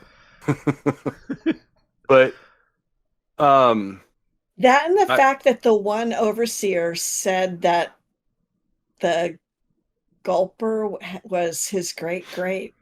Oh, he's like, that's my great uncle on my mother's side or something. Yeah. Yeah, and it's just like, yeah, okay. I can see. I get that. I get that. Right. That was not inconceivable to me. Right. So there were a lot of ways they could have explained the origins of the Gulpers. Yes. I love where the actual explanation was. How they had like this chick that was like giving birth, and you're just thinking, oh, it's a water birth. But of course, it's not just a water birth. This is Vault-Tec. They're evil, and these tadpole things come out of her and start eating her. And you're like, what? I know that was hard to watch. I know. Oh, I know. Oh man, it was hard to watch. I was like, oh no, they did not go there. But I'm like, of course they went there. This is Vault-Tec we're talking about. Yeah. I had the same reaction. I can't believe they went there. Yeah. But in general, what do you think about the animations of the Gulpers? I thought it was a little off, but I think it still worked. Well, I think it works because they are a water creature. Their movement in the water shows that's their natural environment. Yeah, so but coming out onto land and then being a little awkward, I thought was fine. Yeah, you're right. I mean, they actually paid that attention to the detail. They were way faster in the water than on land. And yeah, probably they wouldn't be able to like pull something like power armor into the water because it's too heavy, Right. So yeah, what else happened in like episode 3? By the way, I'm trying to remember. Other than using Lucy as a bait. I have to say I don't remember a lot about that episode other than they got the head. It was a really good episode. That was where Maximus had lost his power armor, and Thaddeus had met Thaddeus. No. He didn't lose his power armor. He right. He got out of his power armor and then to go fight those looters. Right, he had to fight the looters, and then he got the communication from the Brotherhood, and they sent him a new squire. Thaddeus, and he's like, dang it. Right. And it ended up being Thaddeus, who was his bully, Yeah. which I think was a great. I think that was a great thing because it lets him get a little bit of revenge, but it also allows for that little bit of character to develop. You know, and Exactly, offer yeah. that the start of that road of redemption. You know, which I think had they not had that, I think Maximus's character would have been a lot different at the end, especially when he meets Thaddeus again, and you know when Thaddeus shooting at them like a whole clip and doesn't hit a thing, and they're just looking around like, Yeah. That kind of reminds me of the Pulp Fiction scene. The guy was shooting at them and none of the bullets hit them. And Right. that was particularly fun for me because that is exactly how I shoot in the game. and then Thaddeus gets that arrow through the neck, and he's like, "How am I not dead?" He's like, "Dude, you better get out of here." But like, had they not had that interaction, had Thaddeus just kind of like out of the blue shown up, and they hadn't had that, or they hadn't had that interaction, but and hadn't offered that bit of redemption about looking at Thaddeus in a different light than just the bully that tormented him. Yeah. Yeah. It would have just been like, shoot Thaddeus, take the head, and leave. You know, there would have been nothing else to it. But you had that little bit of interaction, and I feel like Thaddeus is going to come back later and save Maximus somehow. You know, And he's going to be a ghoul. Right, he is going to be a ghoul. But that's another thing. I'm interested in how his character would develop as a ghoul. If he would start to develop more cruel tendencies like Cooper, or if he kind of struck me as a gob sort of character. A gob sort of character? Yeah. I mean, I can't see him becoming cruel. I can't see it. He doesn't have that in his DNA.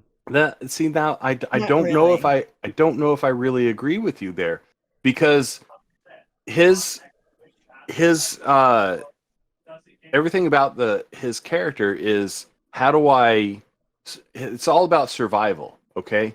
But that was survival in the Brotherhood. That was survival in the Brotherhood. He's not in the Brotherhood anymore.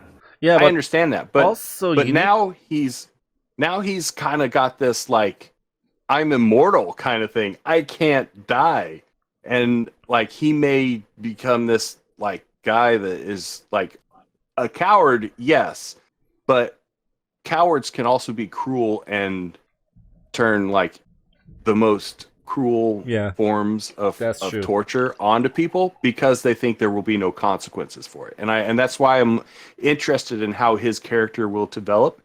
Or does the redemption arc that Maximus provided him by saying, "Hey, I'm letting you go here. Give me the head. We'll cover for you. We'll give you time to get away from the Brotherhood so that they don't kill you." Will that develop him in the other direction, where he comes back? He's like, "I'm fighting for the," will he be a Fox type character? You know, where he's like, "I killed to know that I'm alive," and you know, why he's the good guy, but he has like maybe some psychosis or something later on because of. Could be. I don't know. I think about all the ghouls that you run into that are named in the underground, and I don't know. I don't know. It's going to be interesting to see. I feel like he's going to retain that goofiness that he ended up having. I mean, he was prepared to kill that dude that turned him into a ghoul. You know, when he pointed the gun at him and stuff. But he's so naive. And he was. He reminds me a little bit of a softer, more goofy sort of Dane, where they don't really want to be there, but they don't have a choice. Right. and they're not in a situation now where it's bully or be bullied. Mhm. You know, they don't have, well, Dane does, but Thaddeus doesn't have that anymore. You know, he doesn't have the brotherhood, you know, holding that hot iron over his head anymore. And Yeah. he's Also, not, I don't know. I mean, but Trotsky's right. Anybody who's a coward, if you give them power, they're gonna misuse that power. And being a Oh ghoul, yeah, I don't disagree. I yeah, just, it's going to be interesting to see yeah, because he can literally go either way. yeah. Right. If you 'Cause- in comparison, like Cooper, I mean, he become ruthless. We know, like, okay, so basically, he's like over 200 years old, and he had a really sad background. Like, we know towards the end, he divorced his wife or left his wife, and we know, like, okay, so it's a tragedy. Like, somebody you married to would suggest something like that when he eavesdropped with that listening device. And you can't tell anybody. Yeah, and imagine, like, being a ghoul for that long, and society wouldn't be kind to you. So his life has been a torment. Yeah, but And he that does at that the to end people. he didn't say, "Where's my daughter?" Because that's Yeah, he what said, I was "Where's my thinking he was going family?" to say. He said, "Where's my family?" Which That's even true, though yeah. even though his wife said that and he heard her say that, Mhm. he's looking for his family, not just his daughter, because What he could if- have easily just what said, if, "Where's my daughter?" What if his wife took the child, and maybe I don't know. I'm just throwing ideas. Well, the- I think of it in the way that, like, you know, if I was divorced, right? Mhm. And the only thing I was looking for would be my kids, you know, because that's the most important thing. Like, yeah, you wouldn't say family. You would say your right, where's my you daughter? be where's or like, where's my ex and my daughter, or something, you Okay. know. Yeah. But here's the thing that I don't understand is she had to have been, or I mean, I'm guessing that she had to be in one of the vaults when they dropped the bomb, but the daughter wasn't. Oh, that's a Right, good but point. we don't know what happened after the bombs dropped, and so we don't know, like, all we saw was Cooper riding off with his daughter on the horse. Did they go straight to a vault? Yeah. Did he make it somewhere and his daughter was forcibly taken from him? We don't know any of that stuff. So right now we're still trying to piece together, like, what happened in those moments after the bombs dropped, because they would have had to have gotten her at least into a vault somewhere, or somebody intercepted them and took her from him, you know, because Yeah. And- I'm assuming that his wife was either still part of the vault, or seeing how they're moving things to New Vegas, maybe she left Vault Tech and joined Robco. So maybe they moved them, like, found the daughter, took the daughter, and secreted her away somewhere without Cooper, because he's not important. So I mean, it could be any number of things. Yeah, I guess. But again, I go back to how can they be alive after 200 years?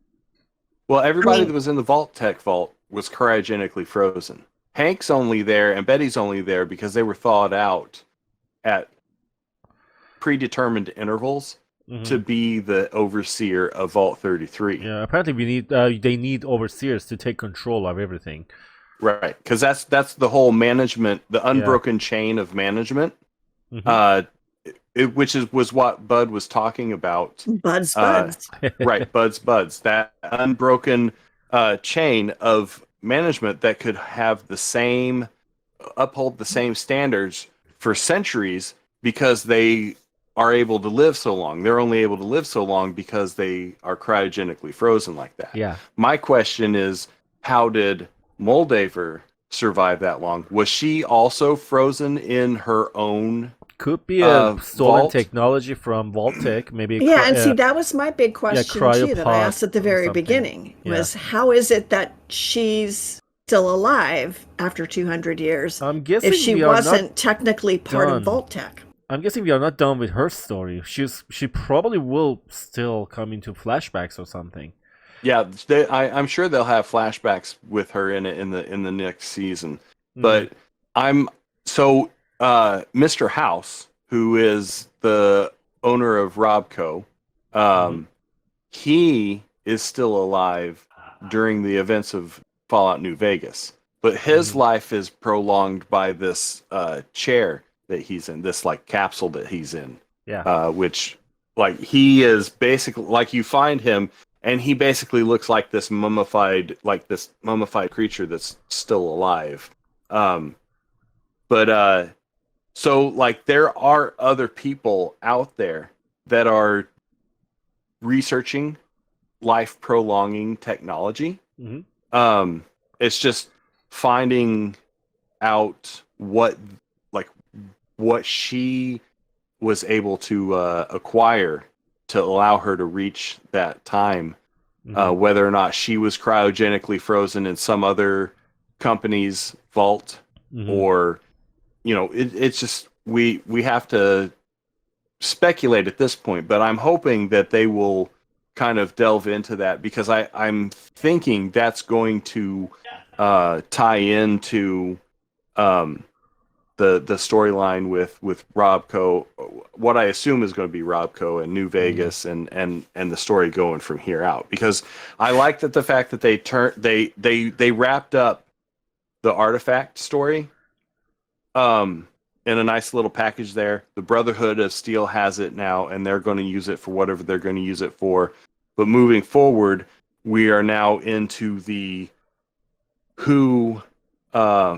We're fully into Cooper's story about where's his family, who was behind it all, and why did they do all of this stuff.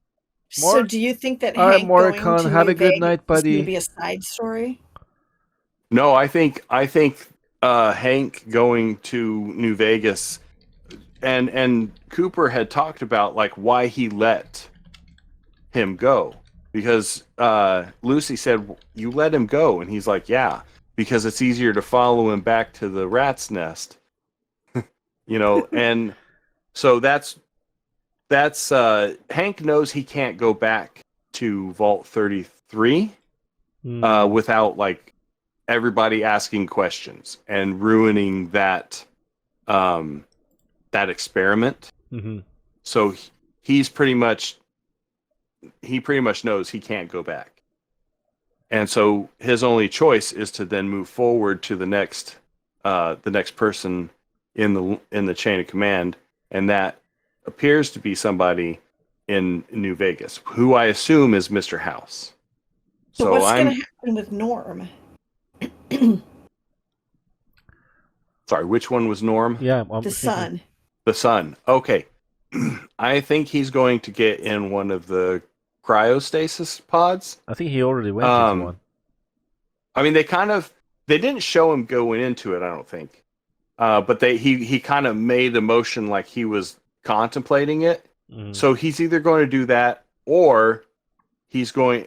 If I was in his shoes, I would shut all of them down and threaten to kill everybody that's in there if and completely destroy the thing they got going on before I would crawl into a stasis pod, because once you crawl into the stasis pod, you're at their mercy.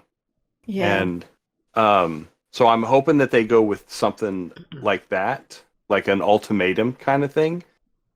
Because what's the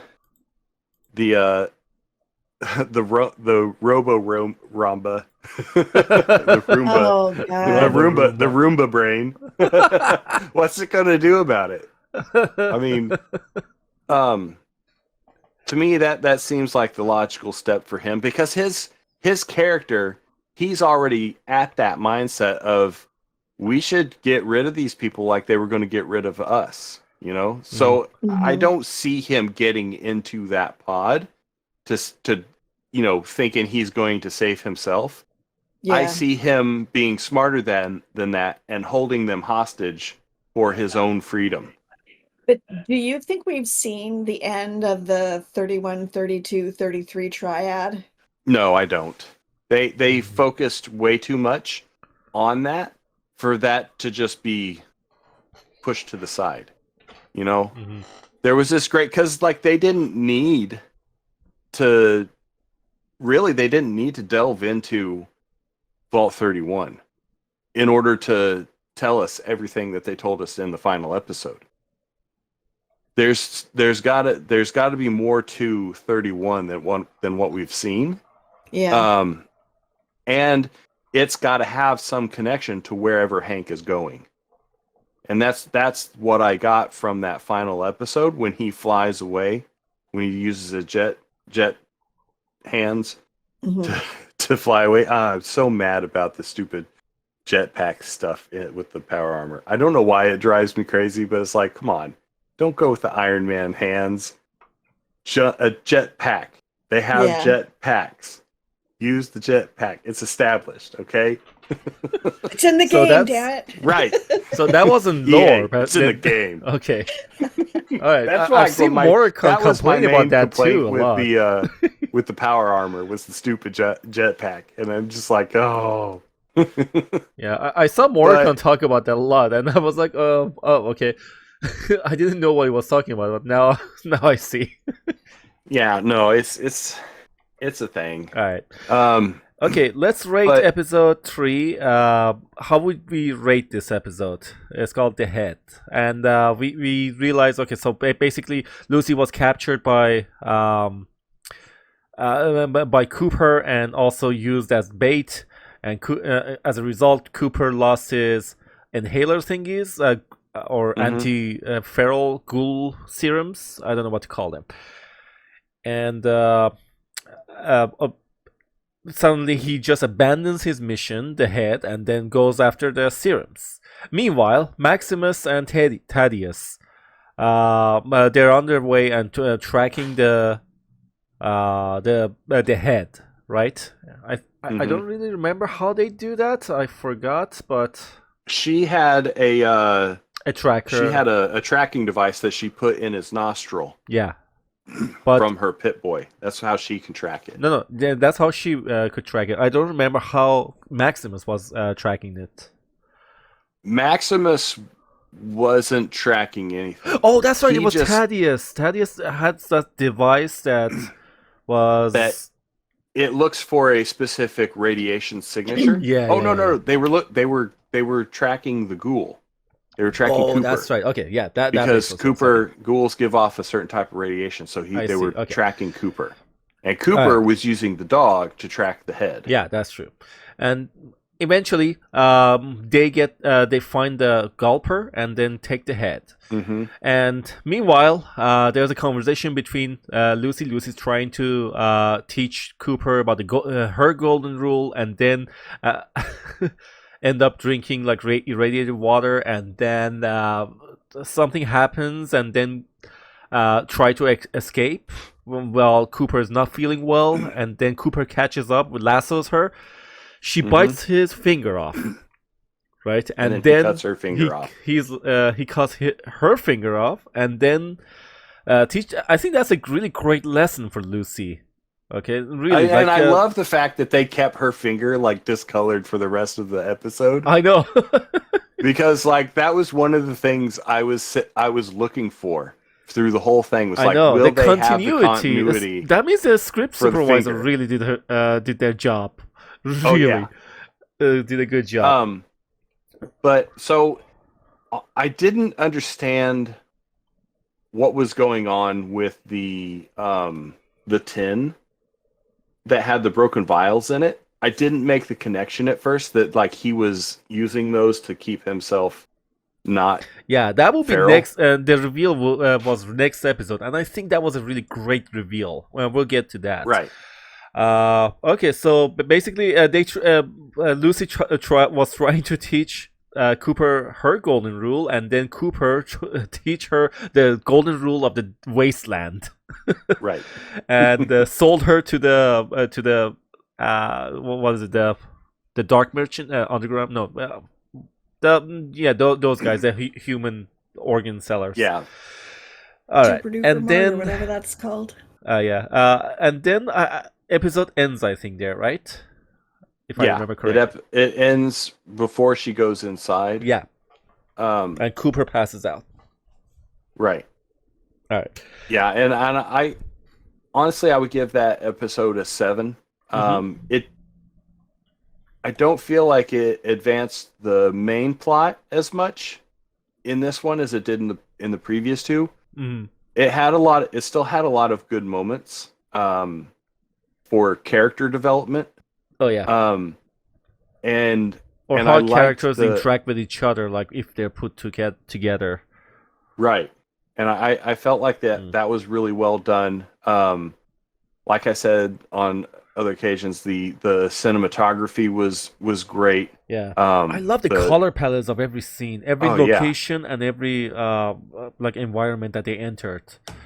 Right. Like everything was unique. I mean, you were away. I was telling Wind about the environment, like the world building, like everywhere has its own unique color palette, and unique like outfits, all the unique factions. For example, the Brotherhood, if you look at it, everything is so rigid, everything is so like militarized, and everything there are no green there at all, like no greens, no right. Basically everything is so rigid, so you feel cold every time these guys are around.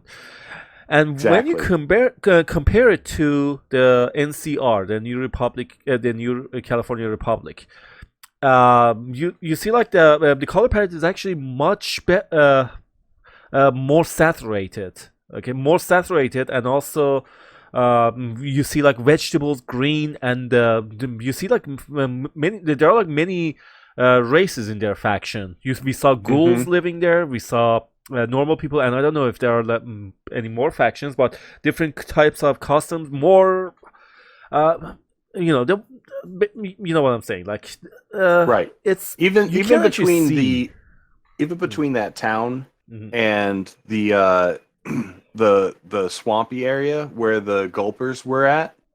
The how it goes from this dead wasteland desert to this lush green vegetation and plenty of water, although it's all irradiated. But just like the variation, I thought was really well done. And like Chance was saying, it did have some good character development, like the end of a tutorial. Hold on one second. Hey, Richard, and there's gonna be spoilers if you haven't seen Fallout 4. Not Fallout 4, sorry, Fallout series. I have to let you know before something gets spoiled for you, buddy. And if you already watched it, well, it's okay. If not, as long as that spoiler alert is up there on screen, you gotta be careful, buddy, because there's gonna be major spoilers. Okay, sorry, buddy. Go ahead. Yeah. So like I feel like it made the world feel bigger, because like there were different biomes. I know, yeah. In this area, it wasn't all desert wasteland. There were some pockets of oasis. Like the places that the golfers were living. That right, was actually and I liked I liked the way they introduced the gulpers. It wasn't an immediate reveal of like, this is the gulper, and like you caught glimpses of it in the water, and as she's like looking around, and then it snatches the bag, and like it isn't until like that head pops out of the water and you see all those fingers like grasping I at know. her. That was gross. Dude, it was so great. Like I thought they did a really good job of introducing that new monster. Yeah. That's how you have to do it. Like you have to build tension and then make the reveal. Right. It reminded me of Jaws, you know? Because you see this something's not right. And then once it jumps out of the water at you, you're like, "Oh, we're going to need a bigger boat." But as far as the overall story went, like I still feel like seven and a half. Okay. What about you, Wind? For overall, I kind of agree. I think the first two were a lot better, more than 3. Yeah, personally, I would also give it a 7. I totally agree with everything Trosski said because I also felt those. And okay, let's give it a 7. All right, here we go. All right, next episode. This is the reveal of what ghouls are.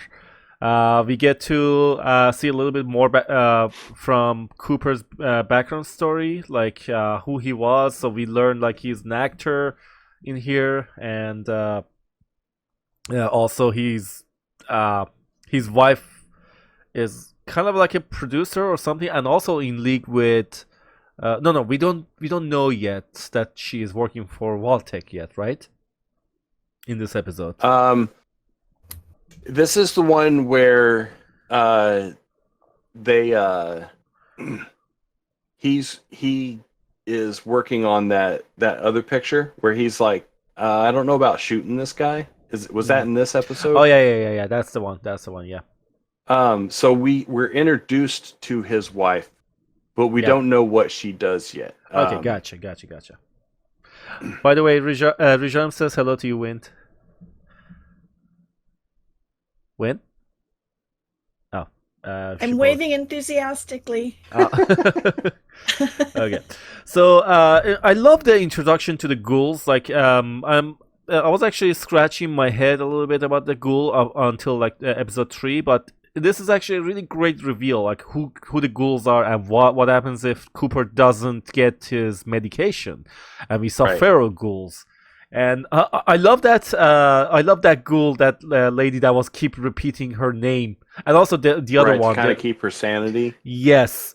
And that's actually a really great touch. I don't know if it's directly from the game or is it something that the writers in the show decided to put in. But it was actually pretty cool. Like, I loved it. And the fact that Lucy is like so naive, like, no, you have to let them all go, and then they leave. They let the ferals go, and there was like that was actually one of the first times we see Lucy get into like physical combat. I mean, the ghouls were. The ghouls and the owners of the establishment, they were fighting each other at the moment, but there was only one ghoul that attacked Lucy, and I think she shot her in the head when she was in the air or something. But also like got physical with the robot guy.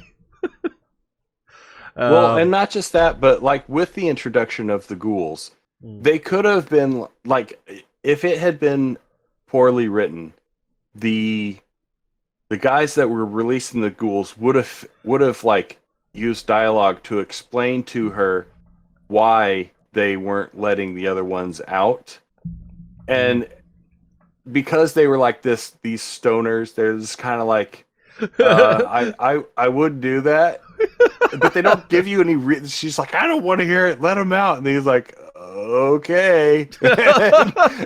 So you know something bad is about to happen, but it lets you discover that at the same time the character discovers it.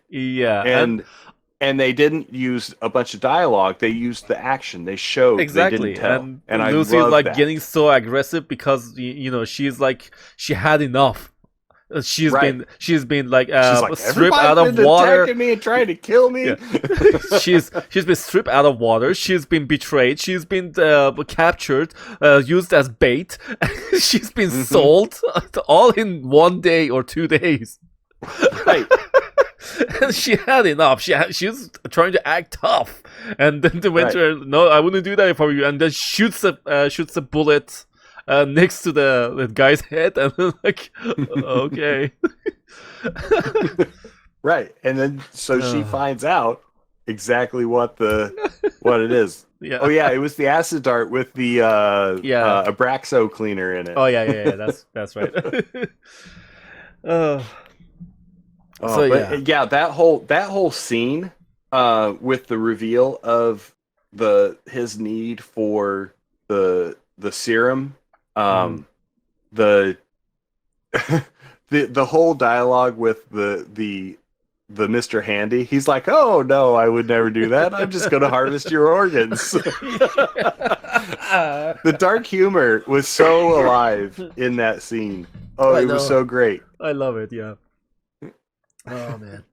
And all the robots and everything that is big and mechanical, I think everything is using like fusion core, right, in the game. Mm-hmm. And here too, that's what everything runs off of. Mini fusion cores or electron charge packs and that kind of thing. Yeah. And that's one of the important things about the story, because there hasn't been cold fusion technology in any of the other games or any of the other stories that have come out. So it's always been dependent on fusion packs and fusion cores.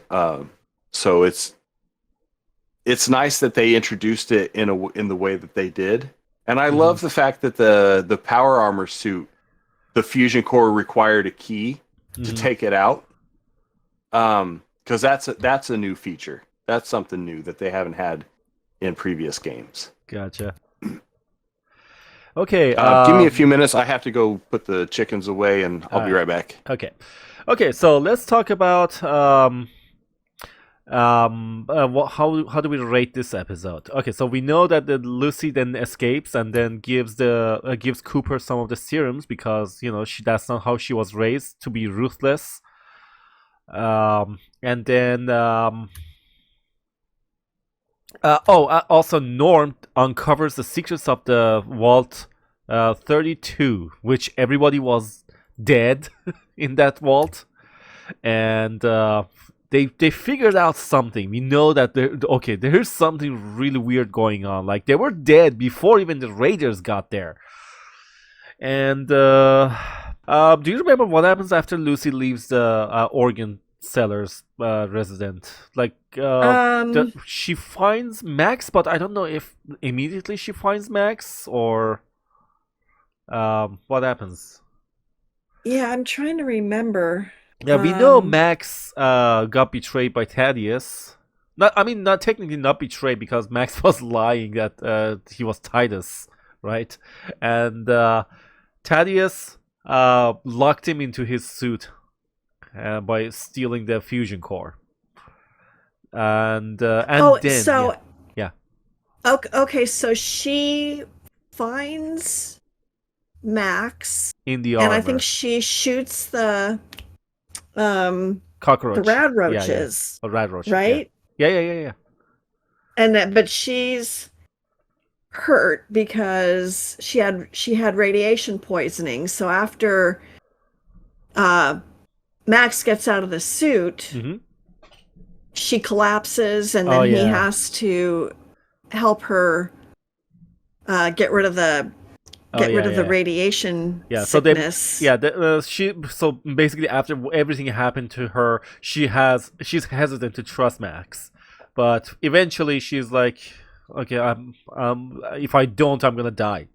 So she rolls the dice, pulls Max out, and then collapses, and Max gives her the medication, and she's okay then. And then finally she realized, okay, not everyone is an asshole in the wasteland. And that's when they agree to team up, to trust each other. Yeah. Well, technically they didn't trust each other because Max still lies about his name, you know. Well, yeah, but outwardly they agreed. Yeah. Isn't that the part where they were crossing The bridge. the Yeah, bridge yeah. and they ran into the fiends? Yep. Was that episode? I think that was the episode. And then no, wait. Was that the Oh yeah, that was the episode. That was the episode. Okay. And Max gets also shot over there when they're passing the bridge. All right. How would you rate this episode, Wind? Episode 4. Introduction to ghouls. Probably.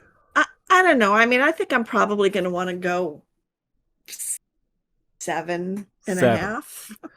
Okay. 7, I guess. I don't know. I'm gonna give it also a 7. 7. Yeah, 7 should be good. All right. So let's go with 7. All right, and we move to the next episode. This next episode was a little confusing for me. It's the one that we are introduced to the what was this city again? Something Sands, Shady Sands. Shady Sands, yeah. We are introduced to Shady Sands. Yeah. Is that the one where they fall in, where they go to the? Yes. Towards the end of the episode. They go to the hospital, right? Yeah. To get them something to help Max's arm, because he was losing blood fast, and then that's where the episode ends, when they both fall into that pit. And yeah.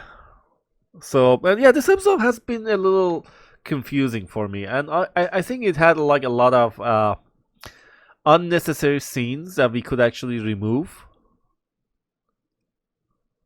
Yeah, and I'm trying to. I mean, I thought the whole thing with the ceremony that they did, and I don't know whether or not I'm confusing my episodes at this point, because these were, a couple of days ago, and I don't remember them as vividly as I remember the first 2.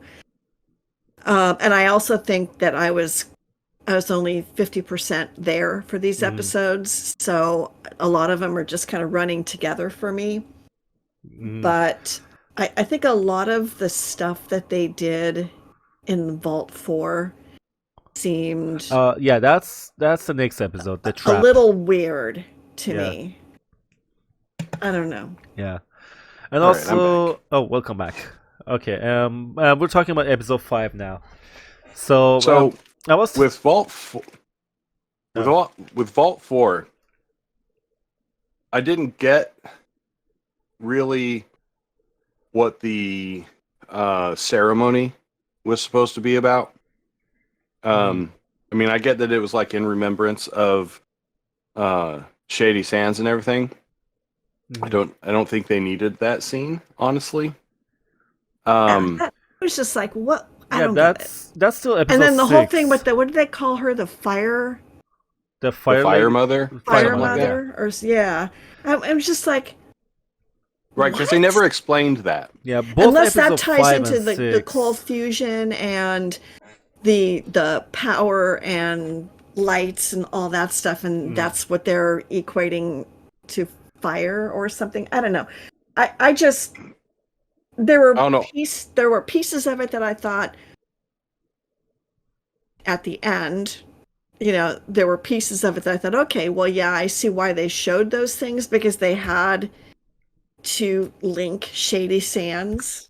They had to show what happened to Shady Sands, and that these people were all from the surface, and reinforcing. I don't know. I mean, I just like the whole thing confused me. This episode and the next episode, I was just confused. For me, it was the 5th episode and the 6th episode. Like the 5th episode, it has like a lot of scenes that if you remove them, there wouldn't be any damage to the plot at all, and like nothing would happen to the plot if we removed them. Right.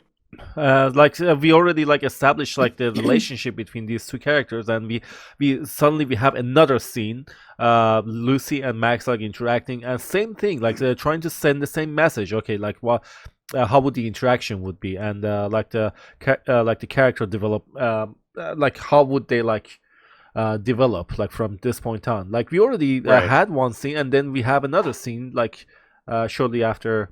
One more scene from Vault 22. Sorry, 32.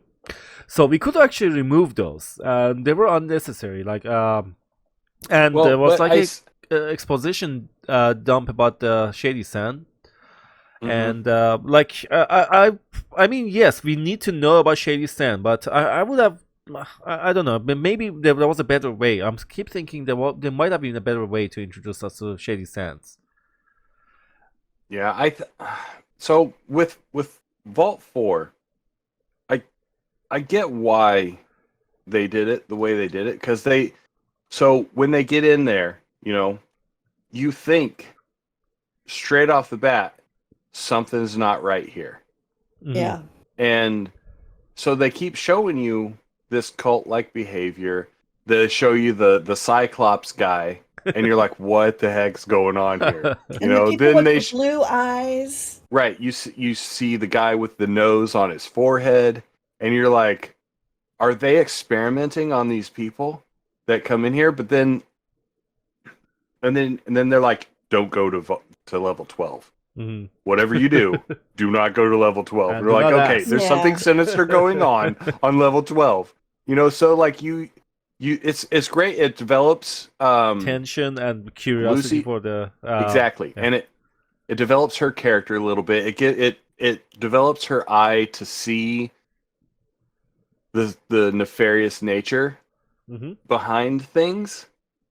And then when you finally get it in the next episode and it's not that at all, and Yeah. and Maximus comes in and he's like punched this guy and he's like no. Yeah, They're he's letting us being go. the hero. He's made his Right. he's made his decision that he can't, be safe and Right. tucked away in a vault and Yeah, ignore what's later on, going on. he's That like, he's got to "Whoops." step up. Yeah, and he makes that leap, and he's like, "Oh, sorry, somebody should really check on that guy over there." I was like, "That was great." Yeah. Um, Yeah, that and was it- but it bo- episode. it- What was it? Episode 7? Yeah, that was episode 7. Yeah, I Right. love it. I like episode But- 7. but that series of episodes, where they're in Vault 4, or where they get 5 is is where they make it to Vault 4, right? Or to Shady Sands. They No. No. At the end Wait. of episode 5, no, they fell they into get Vault they go 4. to the hospital and Yeah. they go to Shady Sands, And then but then they go to the hospital. yeah, because they're actually close by. If you remember, Vault 4 is actually very close to the to Shady Sands. Like the survive.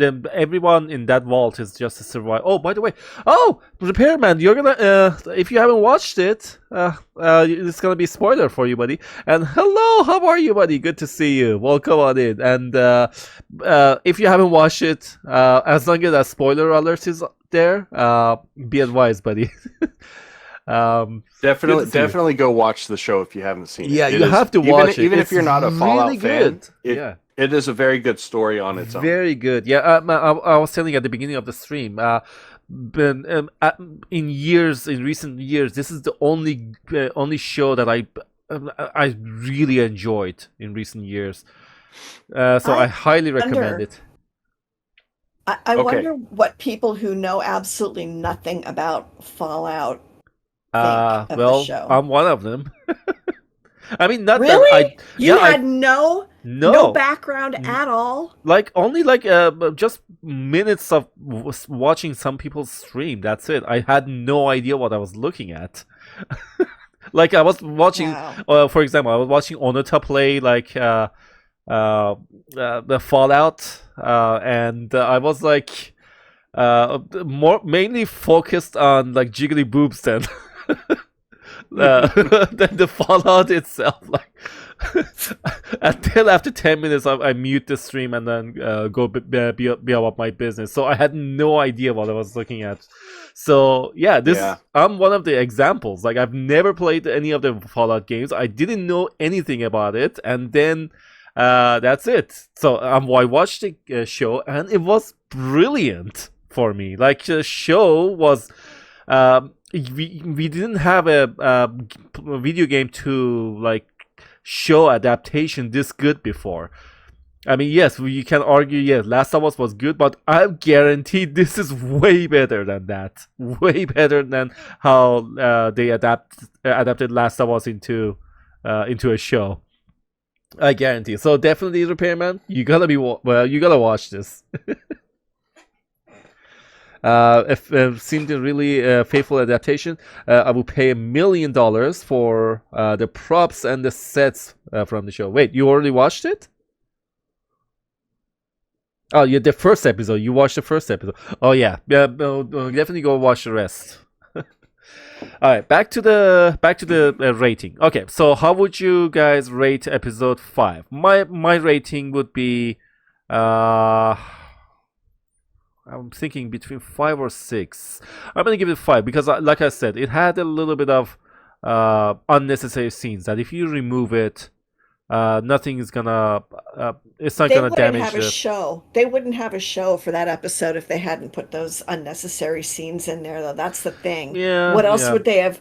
What else would they have shown us if they hadn't shown us that? Yeah, basically, episode 5 for me is the least episode of the entire show. Like we gave 9 and we gave 8. We had 7 scores, but this one for me is a 5. What would you rate, Wind? Chance says 7 because it has the funniest line. Which one was it? Which line?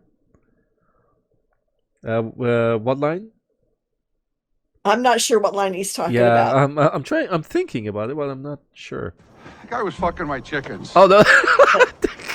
Does the show get any less violent or gore-filled? No.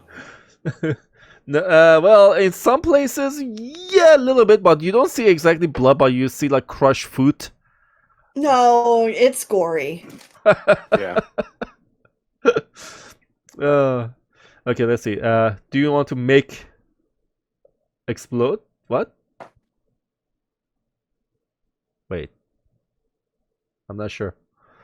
Alright, then I'm probably not gonna watch it. He's talking about his penis. Oh, gotcha. Oh, that was funny. Okay, that was funny. But again, superfluous. That was episode 6, actually. We're talking about episode 5. That was episode 6. Okay, so how would you rate episode 5, Trosski? Is that the one where they revealed Shady Sands had blown up? Yeah. Oh, you're welcome. 5 and 6 are kind of blurring together in my mind. Yeah, I had the same thing. Yeah. I was so mad about Shady Sands that I feel like it was a bombshell of a reveal, but they didn't explain any of it, and yeah, that's what I was saying. Like there was a better way to reveal Shady Sand. I mean, if it's a really important city that you guys seen it in the video game, okay, so it's definitely important for you guys. But as somebody who never played, it's the NCR capital. Yeah, for me, it should have been like something better.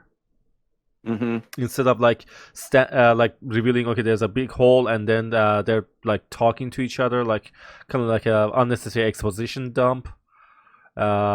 But they could have done it better, I think. That's why I'm giving this part a 5. And also, there were like a lot of scenes that we could remove, and it didn't damage the show.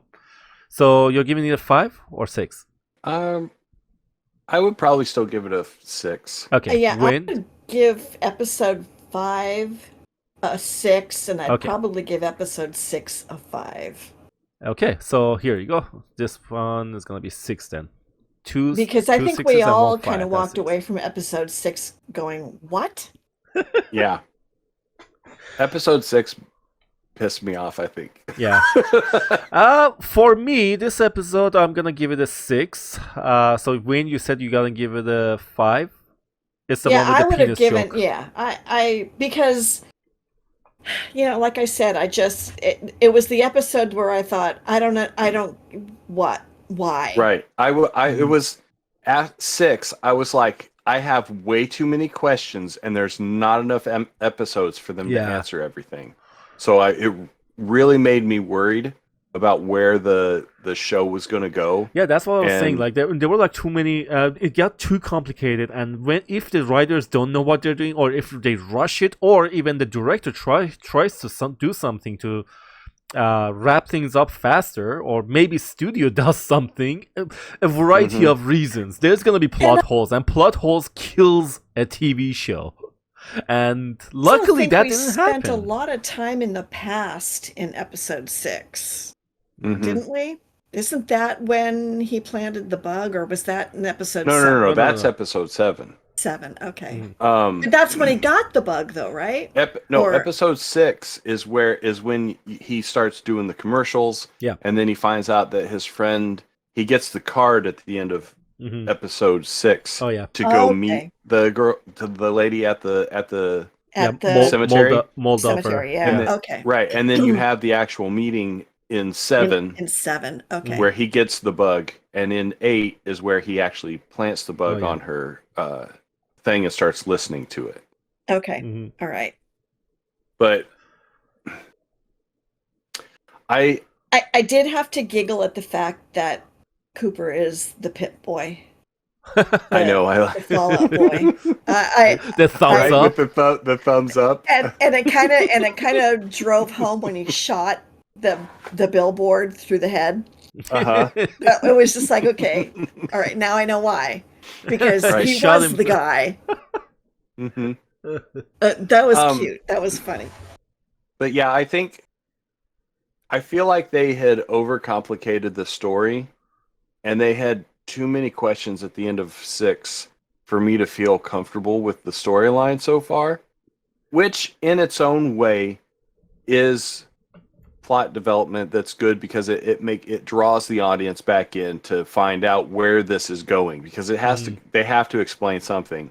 And I'm glad that they didn't pull the crap that Lost pulled, where they just have all these questions and they don't answer any of them at the end of the season, and you're like, what the heck's going on here? Yeah, you know? I agree. I'm glad they wrapped up a lot of the stuff that they had started, and I'm hoping going forward, because the first season got so convoluted, I'm hoping they don't have to do that again in the next season, and it becomes a little bit more like, I feel like there were a bunch of plots converging together, and it at this episode it was just way too much stuff for the time they had left. Well, which caused them to have to do that exposition dump. Yeah. In the corporate Episode meeting. 5. Where he's listening in.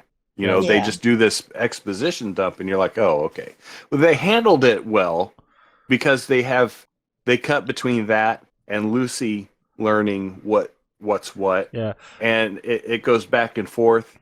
And so I feel like they did it well. They did a really good job. Definitely good job to hide it, because, like you said, there are like 2 different scenes, 2 different moods and tensions like going on simultaneously, and then they covered it with like how Cooper is like feeling, and how Lucy's feeling. You know, those are the really good things to cover the exposition dump, and you kind of didn't feel like it was a dump. You know what I mean? Like it wasn't an expo dump. It was actually something. You were actually more invested in, like, how would Lucy react to her father being like the actual villain of the story, and but what we didn't know he was the villain until you know. Yeah, that's what I'm saying. It brought her comment from earlier in the season full circle, where she's like, "If I did that, my father would approve of me doing that." Yeah, when he did exactly that. Yeah, the conversation they have with she had with Max, that's what it was implied. Yeah. But I think if you look at all 8 episodes as a whole, and then you more of a pressure point, rate, you know, episode 6 content against the other 7 episodes, it's got to be like the worst to me of all the episodes. I don't know. I just didn't walk away with a good feeling with that episode. I just Right. Me either. All right. Okay, so I'm gonna give episode 6 a 6. Trosky? I can get behind a 6 because, like, Okay. even though it left me not feeling good about where the story was going because of its complicated plot line, Yeah. all of Okay. the other stuff still hit really well. The set design, the acting, the character development, all of that stuff was still really above average for me. Yeah. I was just mad at where it left off. That's the only reason why I rate it so low, is because it made me mad the way it left off. And when you said you're gonna give 5, right? Okay, so Yeah, I would have that given it a sums up 5, to but 6. but I can get behind a 6. I Okay. mean, No, because it just... wasn't awful. Yeah. It wasn't, Mhm. yeah. I mean, I could live with a 6. Okay, next episode. We have episode 7. Every generation has their own dumbass ideas. And also, before we move to episode 7, I think the show also this season they did actually a really good job in foreshadowing of what is to come in season 2. Yeah.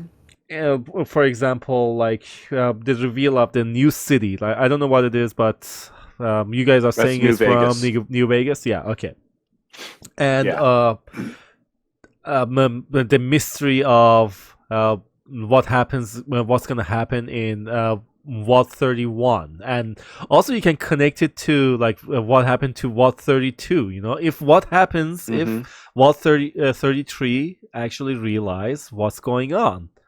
Let's just say, what if Norm, trying to help people in 33 who's been oppressed and reprogrammed to behave in a certain way, they break free, and those passive and really cuddly buddly people turn into like vengeful, basically the same thing that happened to 32. So I feel like they did a really good job in this episode of developing Norman's character and his plot line. And I like the fact that they had the hacking mini game in the show. Oh, I loved that. Yeah, I saw Trosky, people I've gotten do so that. good at that. I wish they had lingered on that a little bit more, like maybe show him get the wrong password first. And demonstrate the multiple chances to get it right. Yeah. But I mean, they didn't really need to, but it would have been a cool Easter egg type thing. It would have been. But I appreciate the fact that they had that in there, and how they had him like going through all of it, and it highlighted. If you look, it highlighted the dud characters. removal. Yeah, the dud removal, but he didn't select it. He went straight to the password, which is my only gripe with it. I wish that they had done a dud removal or done something to demonstrate more about Because how did he figure out what the password was on the first guess? Well, I was thinking he knows Betty, and from all of the word choices that he could have, he would kind of like know Betty's personality enough, maybe, that he could guess like what her password would be from a list.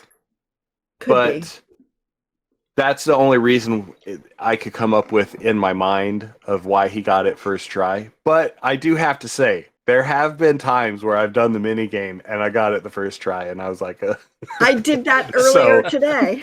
I did that. I was going through the thing looking for duds and I couldn't find any, and I just picked a word and it was the right word. Right. So there's it's not inconceivable that would happen. True. It just would have been more entertaining if he, removed it would duds. have. I agree. For me personally, I would have liked to see that. Because I sucked at that so bad at the beginning. But I did like the development of somebody poisoned the Raiders. And I think it was Betty, right? Yeah, that was Betty. I do too. I think it was. Because But then she's if you notice, after like she leaves the room, she like taps on her Pip Boy, and Mhm. she's like, she initiates the reassignments. yeah, but Like everything is didn't good it now. say like mission accomplished or something? Didn't it say something like that before she did that? The initiating the No, assignments. it said initiate reassignments, and I agree, Chance. I think it probably was Stephanie, the blonde, Oh, okay. who killed them, because Maybe she that's why had she was promoted. right. She had commented before how they killed her husband, and she wanted them Yeah. to pay. So it might have been her that did it. But they made it. It drove home a little bit the conspiracy around 31, because she's from 31, and they made her the overseer, the interim overseer Mhm. from for Vault 32, which gets you kind of like thinking a bit more about this conspiracy, and I like the way that they developed that part of the plot line. Mhm. Because that seemed to be more about what that episode was. You know, we're going to a head at like just finding Thaddeus, getting the head back, but the majority of the plot line seemed to revolve around what happened in 32, 33, and 31. Mhm. And I feel like they did a good job of developing that. And I liked the reveal of in the previous episodes of 32 being cleaned up, when it had just been like a complete disaster. Mhm. Yeah. When I can't remember his Norman and the other guy, Chet. Chet, when they went over to 32, and just like they gave each other that side look, and they're like, what is going on here? And how did they do it so fast? I was scratching my head over there, like you know, I was actually under the assumption, you know like who cleaned up. It was the Roomba brain. That's true. That's probably true. But that's the thing about the vaults, though. They're all, if you look at the walls, everything is made so that it can just be hosed off, cleaned up, and new drapes put in place. So it's not like if you have some robots that come out of, some hidden door, they come out of a wall somewhere.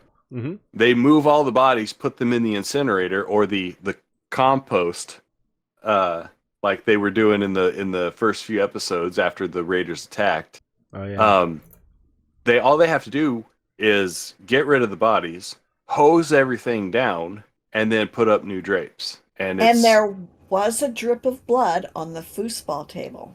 There was on one of the foosball One players. Yeah. Yeah. That they missed. Yeah. That was actually really like that was a big head scratcher, that episode. Mm-hmm. The mystery of Vault 31. Oh my. And I loved the Roomba brain. Me too. The Robo brain on the Roomba, dude, that was so awesome. I was like, oh, of course they would put that dude on a vacuum cleaner. Yeah, I know. That was so funny, and it made me think of there was a quest in the game. To me, it signified of how much of a tool that guy is. Yeah. Yeah. Because every time you see him, he's like, hey, look, Bud Anders, or whatever his name was. He always wanted to tell everybody who he was, how important he was. And so they made him a vacuum cleaner. Yeah. He didn't even get a full Robco Robo Brain. He's a Roomba.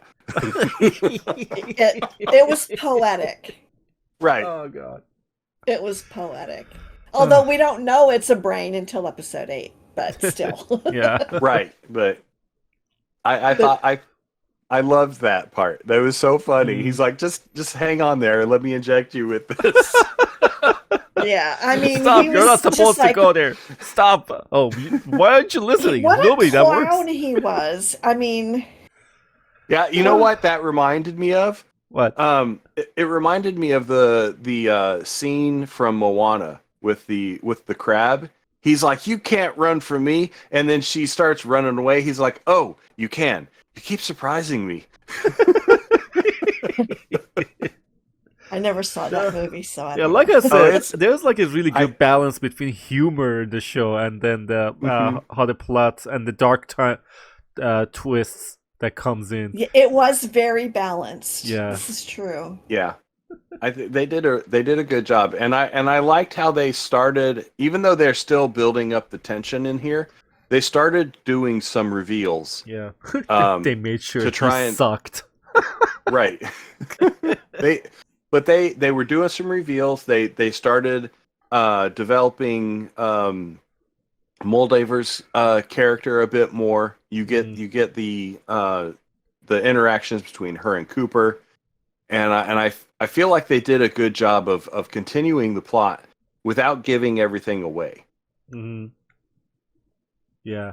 Yeah, I have a question though about Stephanie the blonde. Okay. Okay, so she just had a baby. Hmm. Yes. She's made interim overseer. She's from 31. So is she a Mhm. descendant from one of the popsicles? Or No, she was is one of the No, popsicles. she is she one of is the one of the popsicles. popsicles. Yeah. So okay. But she hasn't aged like the others. She probably woke up way later than Henry or Hank or Betty. So Yeah, basically, so, let's just say Hank and Betty, they woke up maybe 30 years ago and living their lives in the vault. Stephanie probably. Yeah, so the way it works yeah. is you have the inter vault marriages. Mhm. So she came from Vault 31 specifically to marry the person that she had a baby with for the specific gene advancement. Like they were doing selective breeding. So Mhm. she came to not only selectively breed with a specific person for their program, but to also be the next Vault overseer after Hank. Mhm. Because everybody from Vault 31 becomes overseer. Yeah. Betty was overseer before Hank. She's older than him. If you look in the past in episode 8, her and Hank look to be of similar age, and Hank might actually even be a few years older than her in that past Mhm. reveal where they show this person is Betty and that person is Hank. But it's just when they were slotted to be released from cryostasis, that's where their aging starts. So they may have all been the same age at one time, but they are woken up and they don't age while they're in cryostasis. Yeah. Okay, so Betty was overseer of Vault 33? Mm-hmm. So then Before why Hank. why did they replace her with Hank? Because something happened during her tenure as overseer, which caused them to replace her. I think it was like a famine with the corn or something for her. Oh yeah, And I so remember that. Yeah. Okay. when that happened, they voted Hank in, I missed who was that also part. yeah, because they had talked about that during the episode where they had the election. Mhm. When they were talking to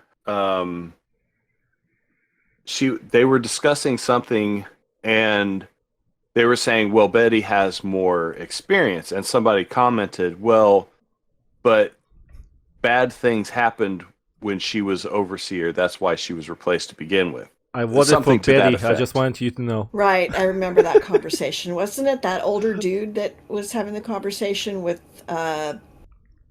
Oscar, is that his name? I don't remember. I can't remember. Yeah. Whatever the guy that was wearing the neck brace, I think, is who he was talking to. Oh, okay. I forget his name. Neck brace? Yeah, the guy, he was one of the three people running, and he had the neck brace Oh, on right, for like skinny most guy. of right. the Okay. skinny guy. Not skinny the guy. fat guy with the glasses, the skinny guy. One that looked like that guy from Big Bang Theory. That is hilarious. Yes, that guy. They also released Cryo to add to the gene pool. Right. And that's why they have 3 interconnected vaults, because they can have more people. Because that's one of the things that they worried about, is having a gene pool that was too shallow to properly, maintain enough distance between marriages partners that you don't get, like genetic disorders, like, yeah. Nice. All right. So, how would you guys rate episode 7? I would probably give it an 8. Yeah, Mhm. I agree.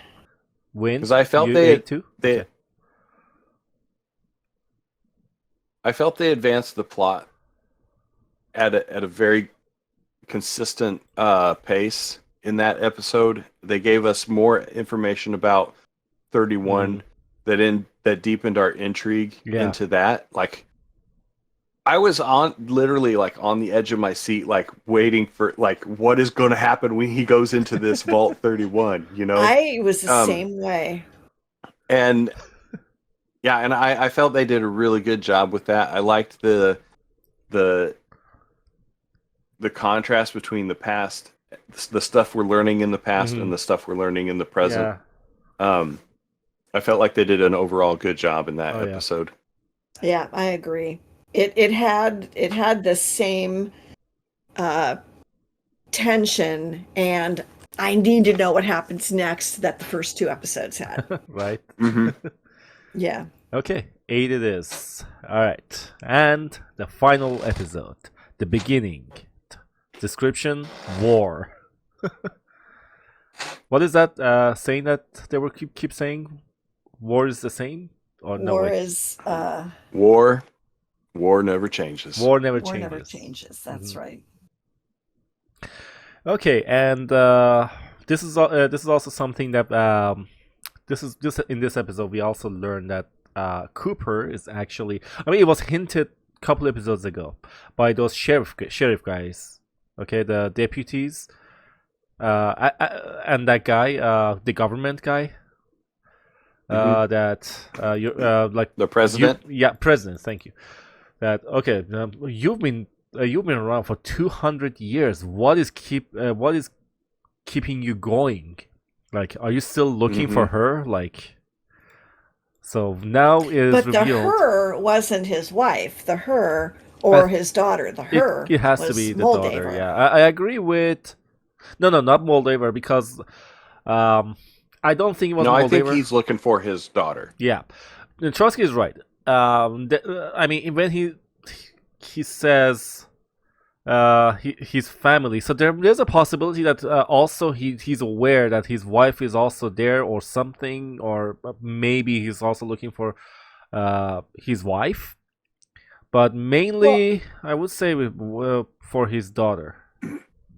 I thought when he said you still looking for her, it was when he was looking at the wanted poster of Moldaver and how he'd said that she changed, or that she'd changed from how he remembered her.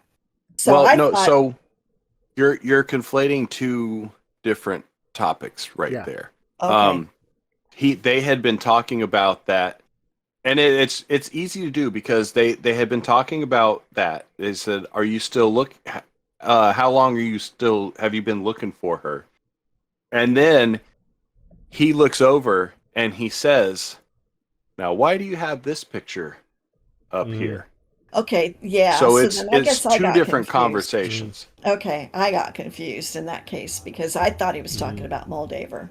Yeah, no. So he's looking for his daughter, and because he sees Moldaver over there, he's like, she might be able to tell me where my family's at. And so that's why he goes then to find that kid at that farm, because he finds the note about Moldaver. Right.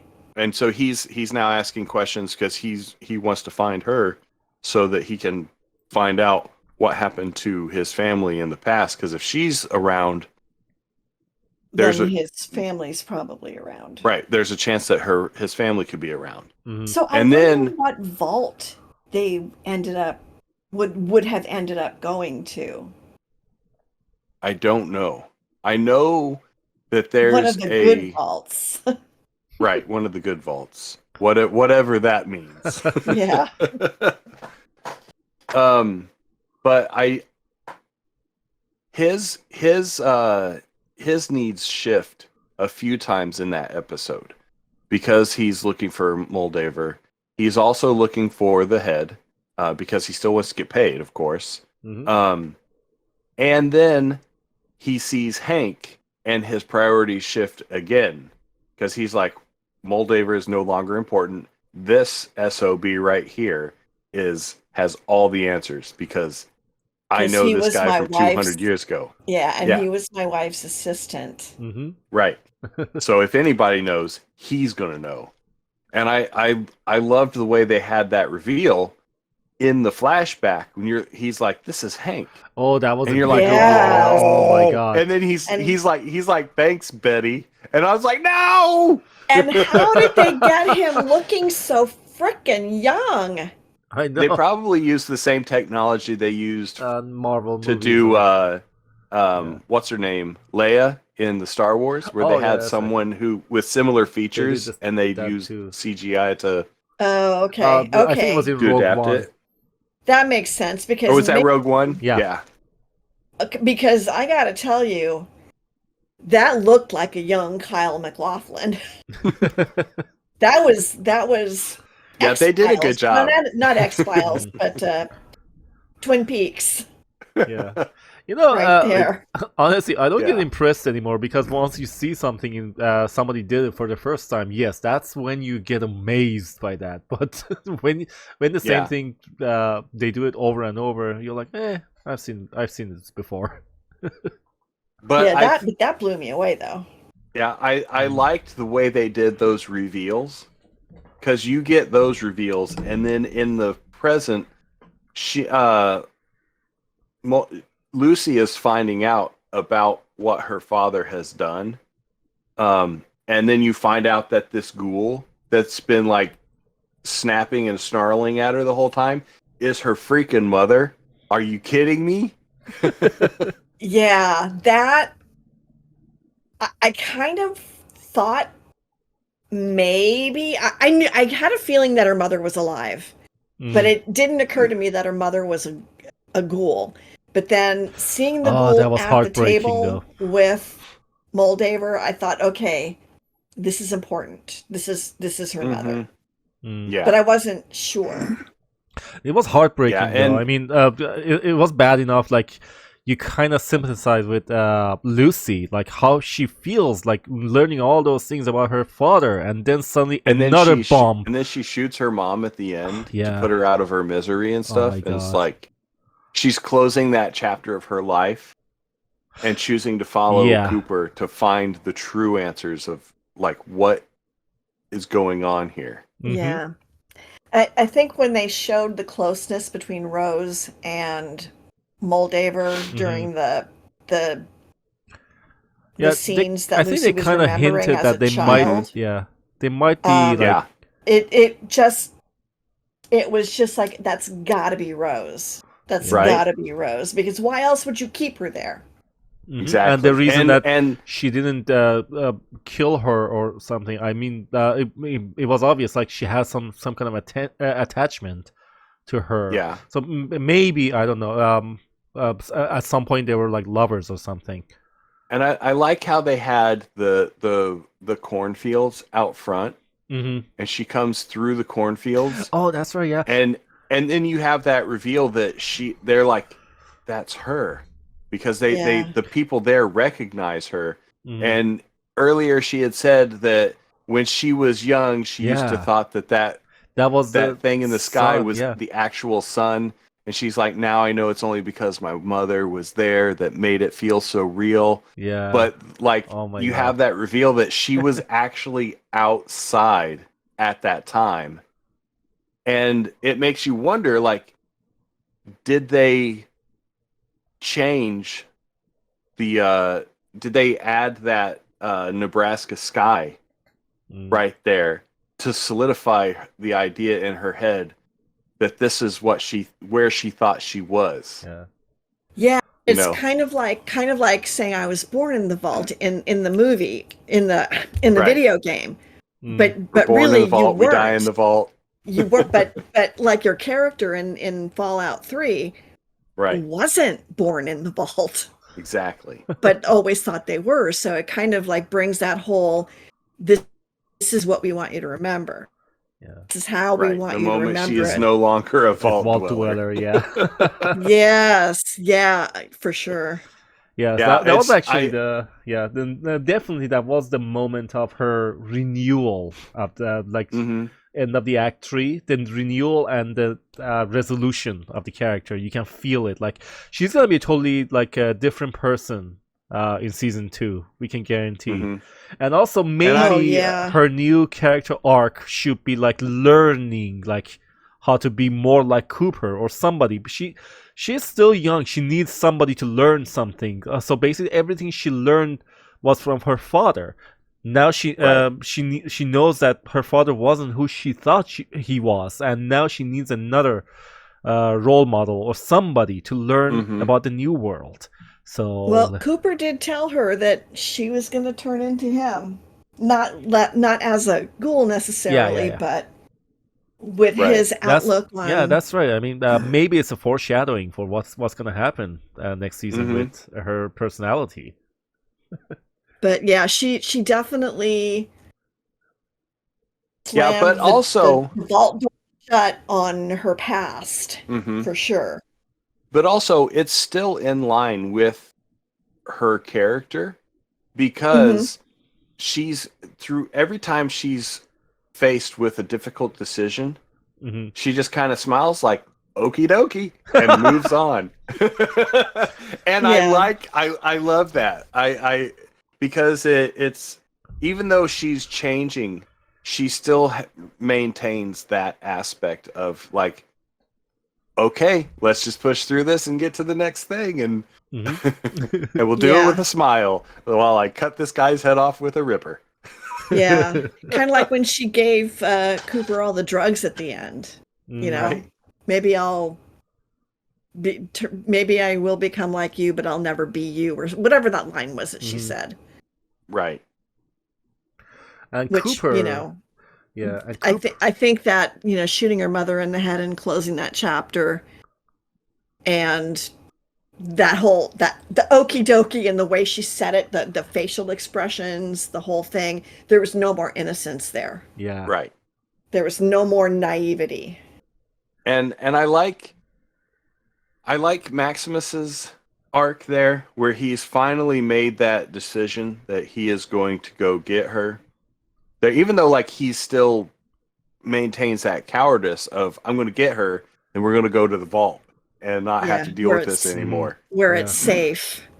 Right. But it still gives him the courage that he needs to move forward and push through this battle that he's about yeah. to, like, because that was an intense battle. That's not something you Yeah. just go in with half-hearted, Mhm. And he Yeah. pushed through there. He made it to the end, and then for him, like, that reluctance of when Dane like holds his arm up, he knows that he didn't earn that yet, Mm. Yeah. because he didn't kill Moldaver, and he's. I mean, I don't think he killed anybody in that whole time, did he? Yeah. I think he In, did. in the battle No. scene, yes. In the battle scene, yes, he shot a guy in the chest. I saw that. Well, Oh, he okay. shot So he he shot- shot the fiend. No. He shot one guy when out in the cornfield area when they were Oh. coming in. Yeah. He shot somebody, but once they got inside, he didn't shoot anybody else. I think he only shot one person. Yeah. Like I didn't see him Yeah, because I think doing a whole lot. Mm, Yeah, because I think his objective was getting to a point where he could find her. exactly. Right. Yeah. But And- oh, go ahead. I also think that like it falls in line with him as well, because even though he wants to escape that, he reluctantly accepts his lot in life. So I think it goes to show like his feeling of being trapped in this thing that he doesn't want any part of anymore. Mm-hmm. And even though he's moved forward a little bit, he's still that coward. You know? Yeah. Mm. He's still that little boy that was in the In the milk Oh, yeah. in the milk refrigerator. yeah. He is still that little boy. And I think that I don't know how many times throughout the series they showed that scene of him coming out of the milk refrigerator, Mm-hmm. but it was important. Yeah. Well, and every time it was different every time. they show it, even though it's the same scene, it has a different contextual meaning. Exactly. Yeah. Once he So, like, when the he first gets time out, he gets out and looks at a power armor soldier, and Right. one and more he time, sees like his savior yes, and something he admires, something he wants Exactly. to And attain. another time, like when he gets out, instead of turning right, he turns left and looks at the city, a hole in the city, Mhm. and every time it was different. If you watch it But again, it was such But a it all key culminates with element. him seeing the power armor soldier come out of the sunshine, yeah, sun flare, you know. mhm. Yeah. But like I said, each one had a different contextual emotion Yeah. in it, Mhm. based on what had been happening in the scene previous to watching that. Exactly. Yeah. And I think that was handled really well. Yeah. Yeah, I Um, agree. It was a It was really brilliant. Yeah. And one more thing superb that choice. yeah, one more thing that now that you brought it up, Trosky. So basically, Moldova planted a seed that's gonna grow. Planted a seed in his mind that's gonna grow in season 2. So Mhm. basically, he was always like living with the ideology. Okay, the Brotherhood are the awesome people. I want to be one. I have to be one. I would do anything to be one. Become a knight. Right. He even lied. He even took over the armor and also sorts of thing. But towards the end, especially before the battle, when the Elder One was saying all those things, he already starting to doubt, and Right. also learning from Lucy Yeah. and everything. And it goes back to what he had said when they were looking at the creator of Shady Sands. Yeah. You know, he's like, everybody has their own idea of how to save the world. Yeah. Or everybody wants to save the world. We just Exactly. disagree on how to get there. Yeah, that And- was a good line. Man, that theme played out through the entire season, honestly. But It did, it really did in episode 8, and I felt like that really resonated. Uh-huh. Especially when you realize that Moldaver's bringing free power to the people, like not to enrich herself, hmm but to freely give it to society Yeah. and create more and better stuff. Yeah. And whereas the Brotherhood is just seeking power, like literally power. Like, how Exactly. can I? And the take last this look that and- he had, and- like he knows, okay, what if I am in the wrong side? What if I'm like kind of like a what have I done moment, you know? I also think that for most of his story arc, he was looking at that suit as his protection. Oh yeah. Because I think he always knew in his heart that he was not a knight, that he was not what his ideal of a knight was, That's true. but he could hide in that suit. It's like hiding in that refrigerator. He could hide in that suit and be something he's not. Yeah. And I think he was realizing that that's not what he wanted. But now he has no choice because now the perception is you killed Moldaver, you've, conquered Griffith Observatory for the Brotherhood. And he didn't do any of those things, nor does he want it. Yeah. Right. And I think his journey also highlights that nothing was what he thought it was. Knight Titus wasn't the imposing character, wasn't this brave knight that he thought he was. You know, the elder was not this benevolent elder that was there to, bring all the technology and protect. Basically, they're protecting the world from the possible negative use of technology. Yeah. And it turns out that's not what they're doing. They're hoarding the technology to use that technology for their own ends. And they just don't want anybody else to have it, so they don't have to compete for the power to control everything.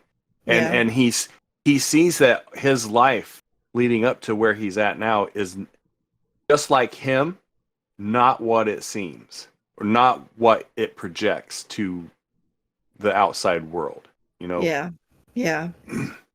It was powerful. It was powerful. Yeah. The I would way probably they, give a 9. 9. Yeah, I agree. Yeah. Me 8 or 9. I'm gonna give it a 9. Okay. Yeah, I would give it a 9 because, I feel like they did a good job of wrapping up Exactly. Like the loose ends, but giving us throwing a line out to reel us in for the next season. And that reveal of New Vegas was just. I was like, oh, I thought they were going to go to some other Californian city or something, some place in California, maybe back to Vault 31 or something like that. But when he crests that hill and the camera moves and you just reveal New Vegas out in the desert, you're just like, oh, this is going exactly where I want to go. I want to go back to New Vegas. Yeah. It was a brilliant move. Yeah. And I'm very intrigued to see what they do with New Vegas because of the game, where things in the canon ended with New Vegas.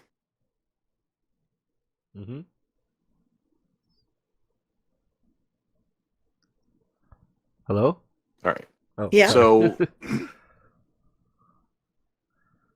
So this says in the canon ending, you assist the NCR in taking over the dam, driving Caesar's Legion from the area, and annexing the Strip and the surrounding communities.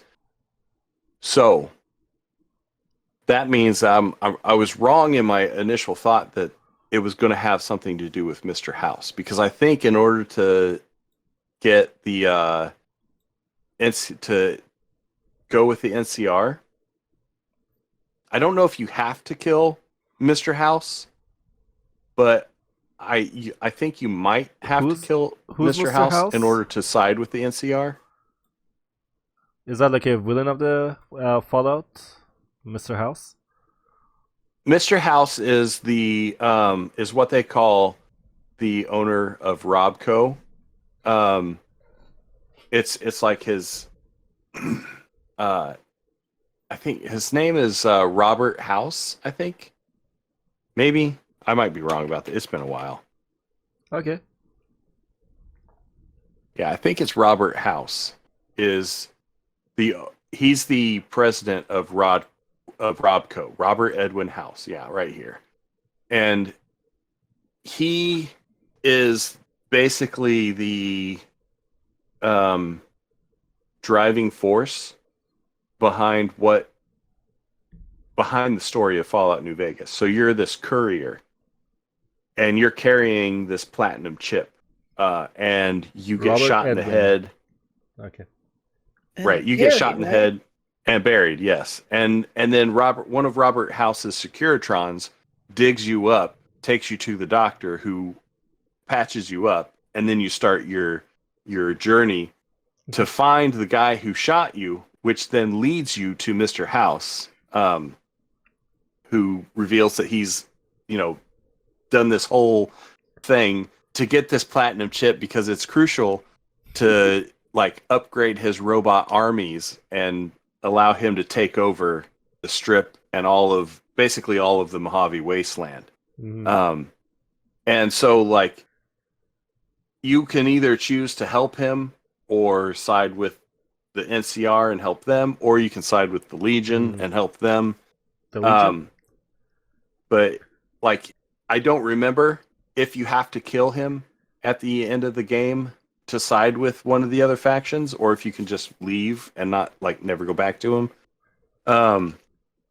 So either Robert House is still alive and you can and they're going to New Vegas to interact with him, or there's some other vault in the New Vegas area that we were previously unaware of. Because there's so many vaults everywhere, it's possible that we haven't visited that particular vault. So I think it might have something to do with Robert House. It's hard to say though. I don't know. Yeah. And do you think that they will take us to the Commonwealth at some point? Where's Maybe season 3? I doubt it. Really? Is that in New Vegas? I highly doubt it because I have a feeling that Bethesda will keep the East Coast for their own video game development. Okay. Since Bethesda has not made any Fallout games that have to do with the West Coast. All of the West Coast games were made by the previous developers? Yeah. And I can't remember the name of the Obsidian. That's it. Obsidian. They made all of the other games. And so I think, not to mention, it's cheaper to film desert areas in the desert, which there's plenty of it on the West Coast, not as much on the East Coast. True. It's harder to make Boston look like a devastated wasteland than it is to make someplace in the Mojave Desert look like a devastated wasteland with destroyed buildings. Interplay, then Obsidian, right? Okay, so so Bethesda had nothing to do with Fallout 1 through 3? No. They didn't have anything to do with Fallout 1, Fallout 2, or Fallout New Vegas. Okay. So New Vegas was licensed to Obsidian to develop because they had developed Fallout 1 and 2, and they wanted a new Fallout game because Fallout 3 had done so well. Yeah, but who developed Fallout 3 then? Bethesda? Bethesda developed Fallout 3. It was built on the Oblivion engine. Okay. So the Oblivion version of the creation engine is what Fallout 3 was made from. So then they took that engine and they took all of the assets from Fallout 3. They handed it to Obsidian and they said, "Create us a game Oh, and by the way, you have 1 year, and that's so Obsidian like scrambled to take all this stuff and develop a decent game, and that's what became Fallout New Vegas. They were on a rushed timetable, which is, I believe, why Fallout New Vegas had so many bugs and stuff. I feel like Obsidian would have fixed a lot of the stuff that was wrong with it had they had the time. They're definitely not Bethesda. They would have fixed it, but I think it was actually kind of like they were trying to make Obsidian fail. They were like trapping them to fail. Obsidian. Sorry, go ahead. No, I was just going to ask, did Bethesda buy the rights to Fallout 1 and 2? Because how could they do Fallout 3 if they didn't? Yeah, so they had Interplay had Fallout, and Todd Howard was a fan of the Fallout games, and they had just made Morrowind, and they made like Morrowind was basically what saved Bethesda because they were about to fail as a company because they had a series of bad games, and then they released Morrowind, and they got a lot of revenue and bounced back from there, and then they developed Oblivion, and in that time they bought the rights to Fallout to develop a 3D first-person shooter style RPG in the vein of the Elder Scrolls. So it uses the same engine as the Elder Scrolls, and so they were so basically they bought the rights to it. So Bethesda owns Fallout, and then they licensed it back to Obsidian specifically to make New Vegas, which Obsidian was made from the people who worked at Interplay that made the first 2 games. Okay. It gets a little bit confusing sometimes because there's like this person owned this and that person owned that, and then they swapped here and they swapped there. It's like we just swapping wives, But playthings. Yeah. Okay, well that makes sense. Yeah, I mean, so I told you I didn't know anything about them until I started playing Fallout 3. So right. And so that I think maybe Mr. House will play a role in the second season. I did think that they did a good job of finding an actor that looks like the illustrations of what Mr. House looks like. And I'm hoping that like that we see that iconic Mr. House's face on the screen talking to us, but it's his young face, even though he's like this desiccated mummy in the back of a room.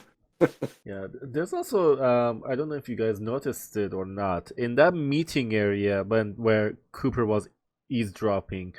Have you guys noticed somebody was actually watching the meeting from upstairs, like from a little window? Like he looked like a black and blue silhouette behind the glass. Yeah, I wonder if he's the actual brains Yeah. behind. Maybe you guys are talking about Mr. House. Maybe that's Mr. House. I don't know.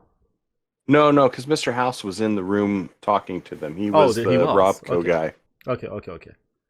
Yeah, he's Robert House is the owner of Robco, so he was the guy sitting behind the Robco sign. I did like the fact that they had a representative from the Big Empty, because that was awesome. Because I really liked the Old World Blues DLC for Fallout New Vegas. I feel it was a great DLC. It's my favorite DLC for Fallout New Vegas. So I like that they had that. They had the West Tech people, the like RepCon, like all that stuff, and so it was a good Easter egg and reveal all rolled into one, and I feel like they did a really good job of tying up all the loose ends. Even though it was an exposition dump, it didn't feel like one because we're experiencing the same emotions that the characters were experiencing because they're finding out this information at the same time Yeah, we they are. hide it really well. The exposition Yeah. dump. It was And actually I really feel well. like they did a really good job of closing out the season with episode 8. Yeah, I agree. Me too. All right, so in general, let's give a general rating for the whole show. I'm gonna go 9. with okay. Yeah, I would give it 9. a 8. You guys would give it a 9? Yeah. Okay. Yeah, but I might be biased because I like Fallout. All And just I because I've spent so much time immersed in the lore and the content, playing all of the games. Gotcha. I liked the storytelling and the fact that it stayed true to what I know of the Fallout world. Yeah. When it comes, So I would be a 9 for sure. okay. Well, I also think that they did a very good job of hooking you, Brandon. Oh 'Cause yeah. You are their target audience. Exactly. You know? That's what I was actually saying Because- at the beginning of the stream. Like this show has And been game successful sales are for rocketing. exactly, exactly. That's what I was saying. 'Cause Like, what is making a show successful? Is it just a quality, or are there other aspects to it? Yes, it is quality, and it is like the popularity. However, there's also another aspect: revenue, money. How much this show can make money for you. So Exactly. Basically, this game is well. I didn't own New Vegas. Now I bought it. You know, and imagine like how many more people are gonna buy it. So Exactly. This is an injection. This is a great success. They're injecting like revenue into the company by releasing this because people are going to look at how many people started streaming it again. Yeah, right. I mean, Bethesda's marketing people didn't really like, especially Todd, like had this idea was great to make a TV show to sell your game instead of like other marketing people. This is an entirely dynamic system. It's the same system we use to create all of the games and the NPCs. fact that they did such a good job of hooking people who had no prior knowledge of the storyline, no prior knowledge of the lore. Exactly. They did, because that's what they want. They want a new audience. They want to increase their audience. They know people like me. I'm going to watch the show because I really like Fallout. I love the universe. I've had a great time playing the games, with the exception of 76, because screw that game. But they did such a good job of just telling a good story. This could have been Star Wars, and had they told this kind of story in a Star Wars setting, it still would have hooked so many people because it's just good storytelling. It's good writing. Yeah. They didn't go in for all of that BS that all of the other shows want to talk about and stuff. It's like, I don't care about that stuff. I want a good story, and they brought a good story. Exactly. Yeah. And they didn't throw in a bunch of crap that doesn't belong there. And one of the things I love about this show is the phrase "show, don't tell." This show actually showed. Right.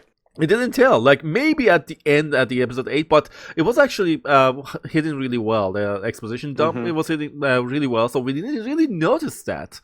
But the thing is, it was really captivating. I was hooked the whole time, except maybe a few parts in episode 5, but I would let that slide because the whole show is actually pretty good. So, this was a really great show, and I am happy to watch it. And like I said before, I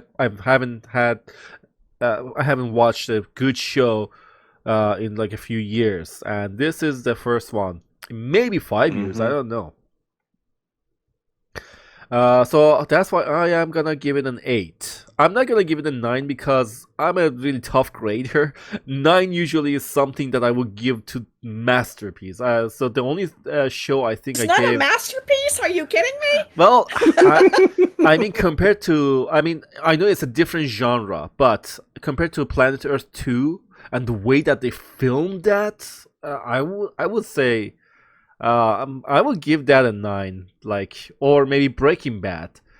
I think I gave Breaking Bad a 9 too. So I'm not I've saying never it's not seen either of those. Oh, I think I saw the first 2 episodes of Breaking Bad, and I was like, eh. well, you gotta watch the whole thing to judge, man.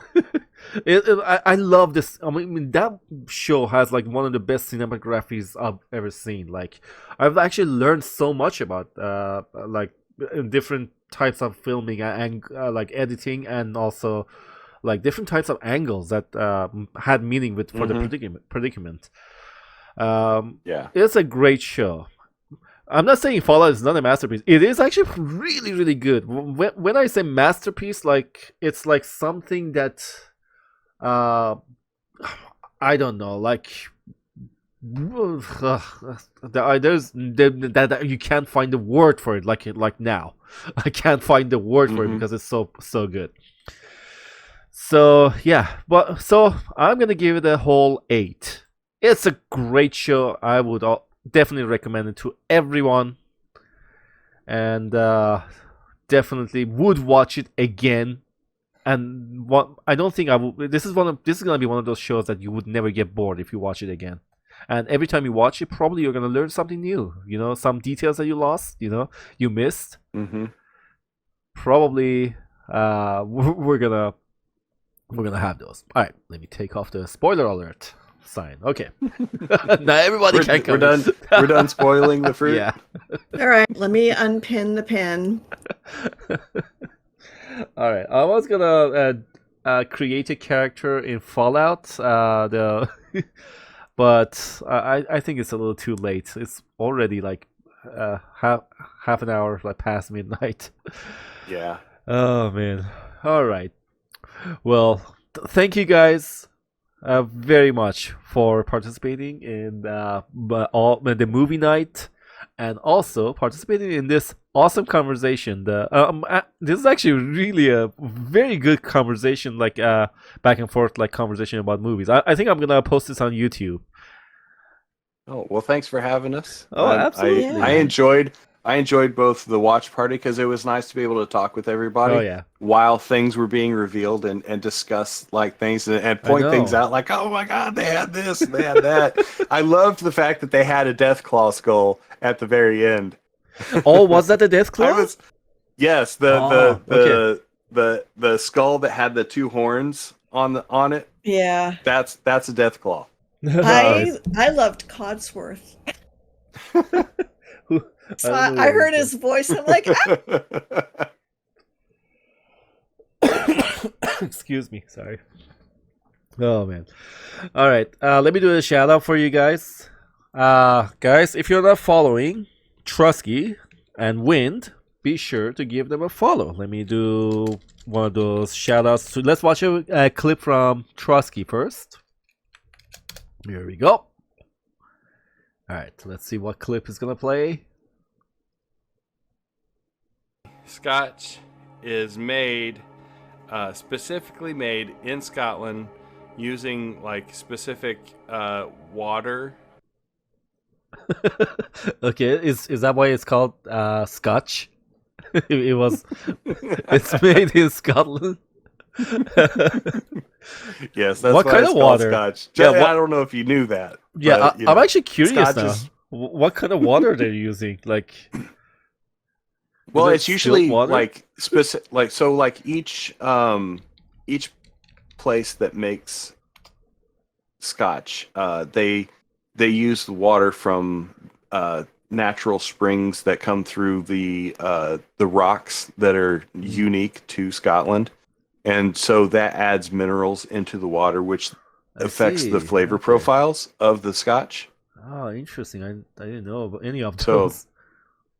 yeah, it's kind of like how wines they're made like where they're made is what they're named after. Like, was it like?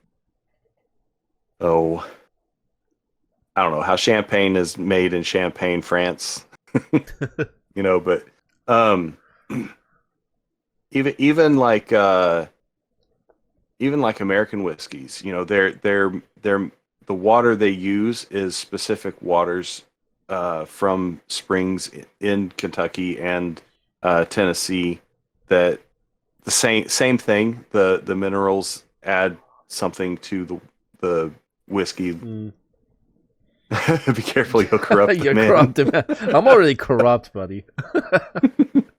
No, but and honestly, like it's very important to have consistency in your water when you're making alcohol. That's one of the reasons why Budweiser, they make their beer is made using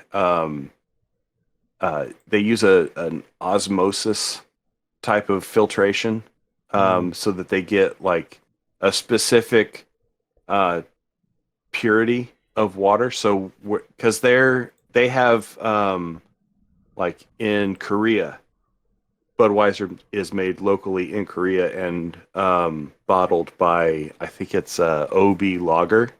But they have certain specifications for the water and the grains that they use to maintain a certain flavor profile across all of their beer.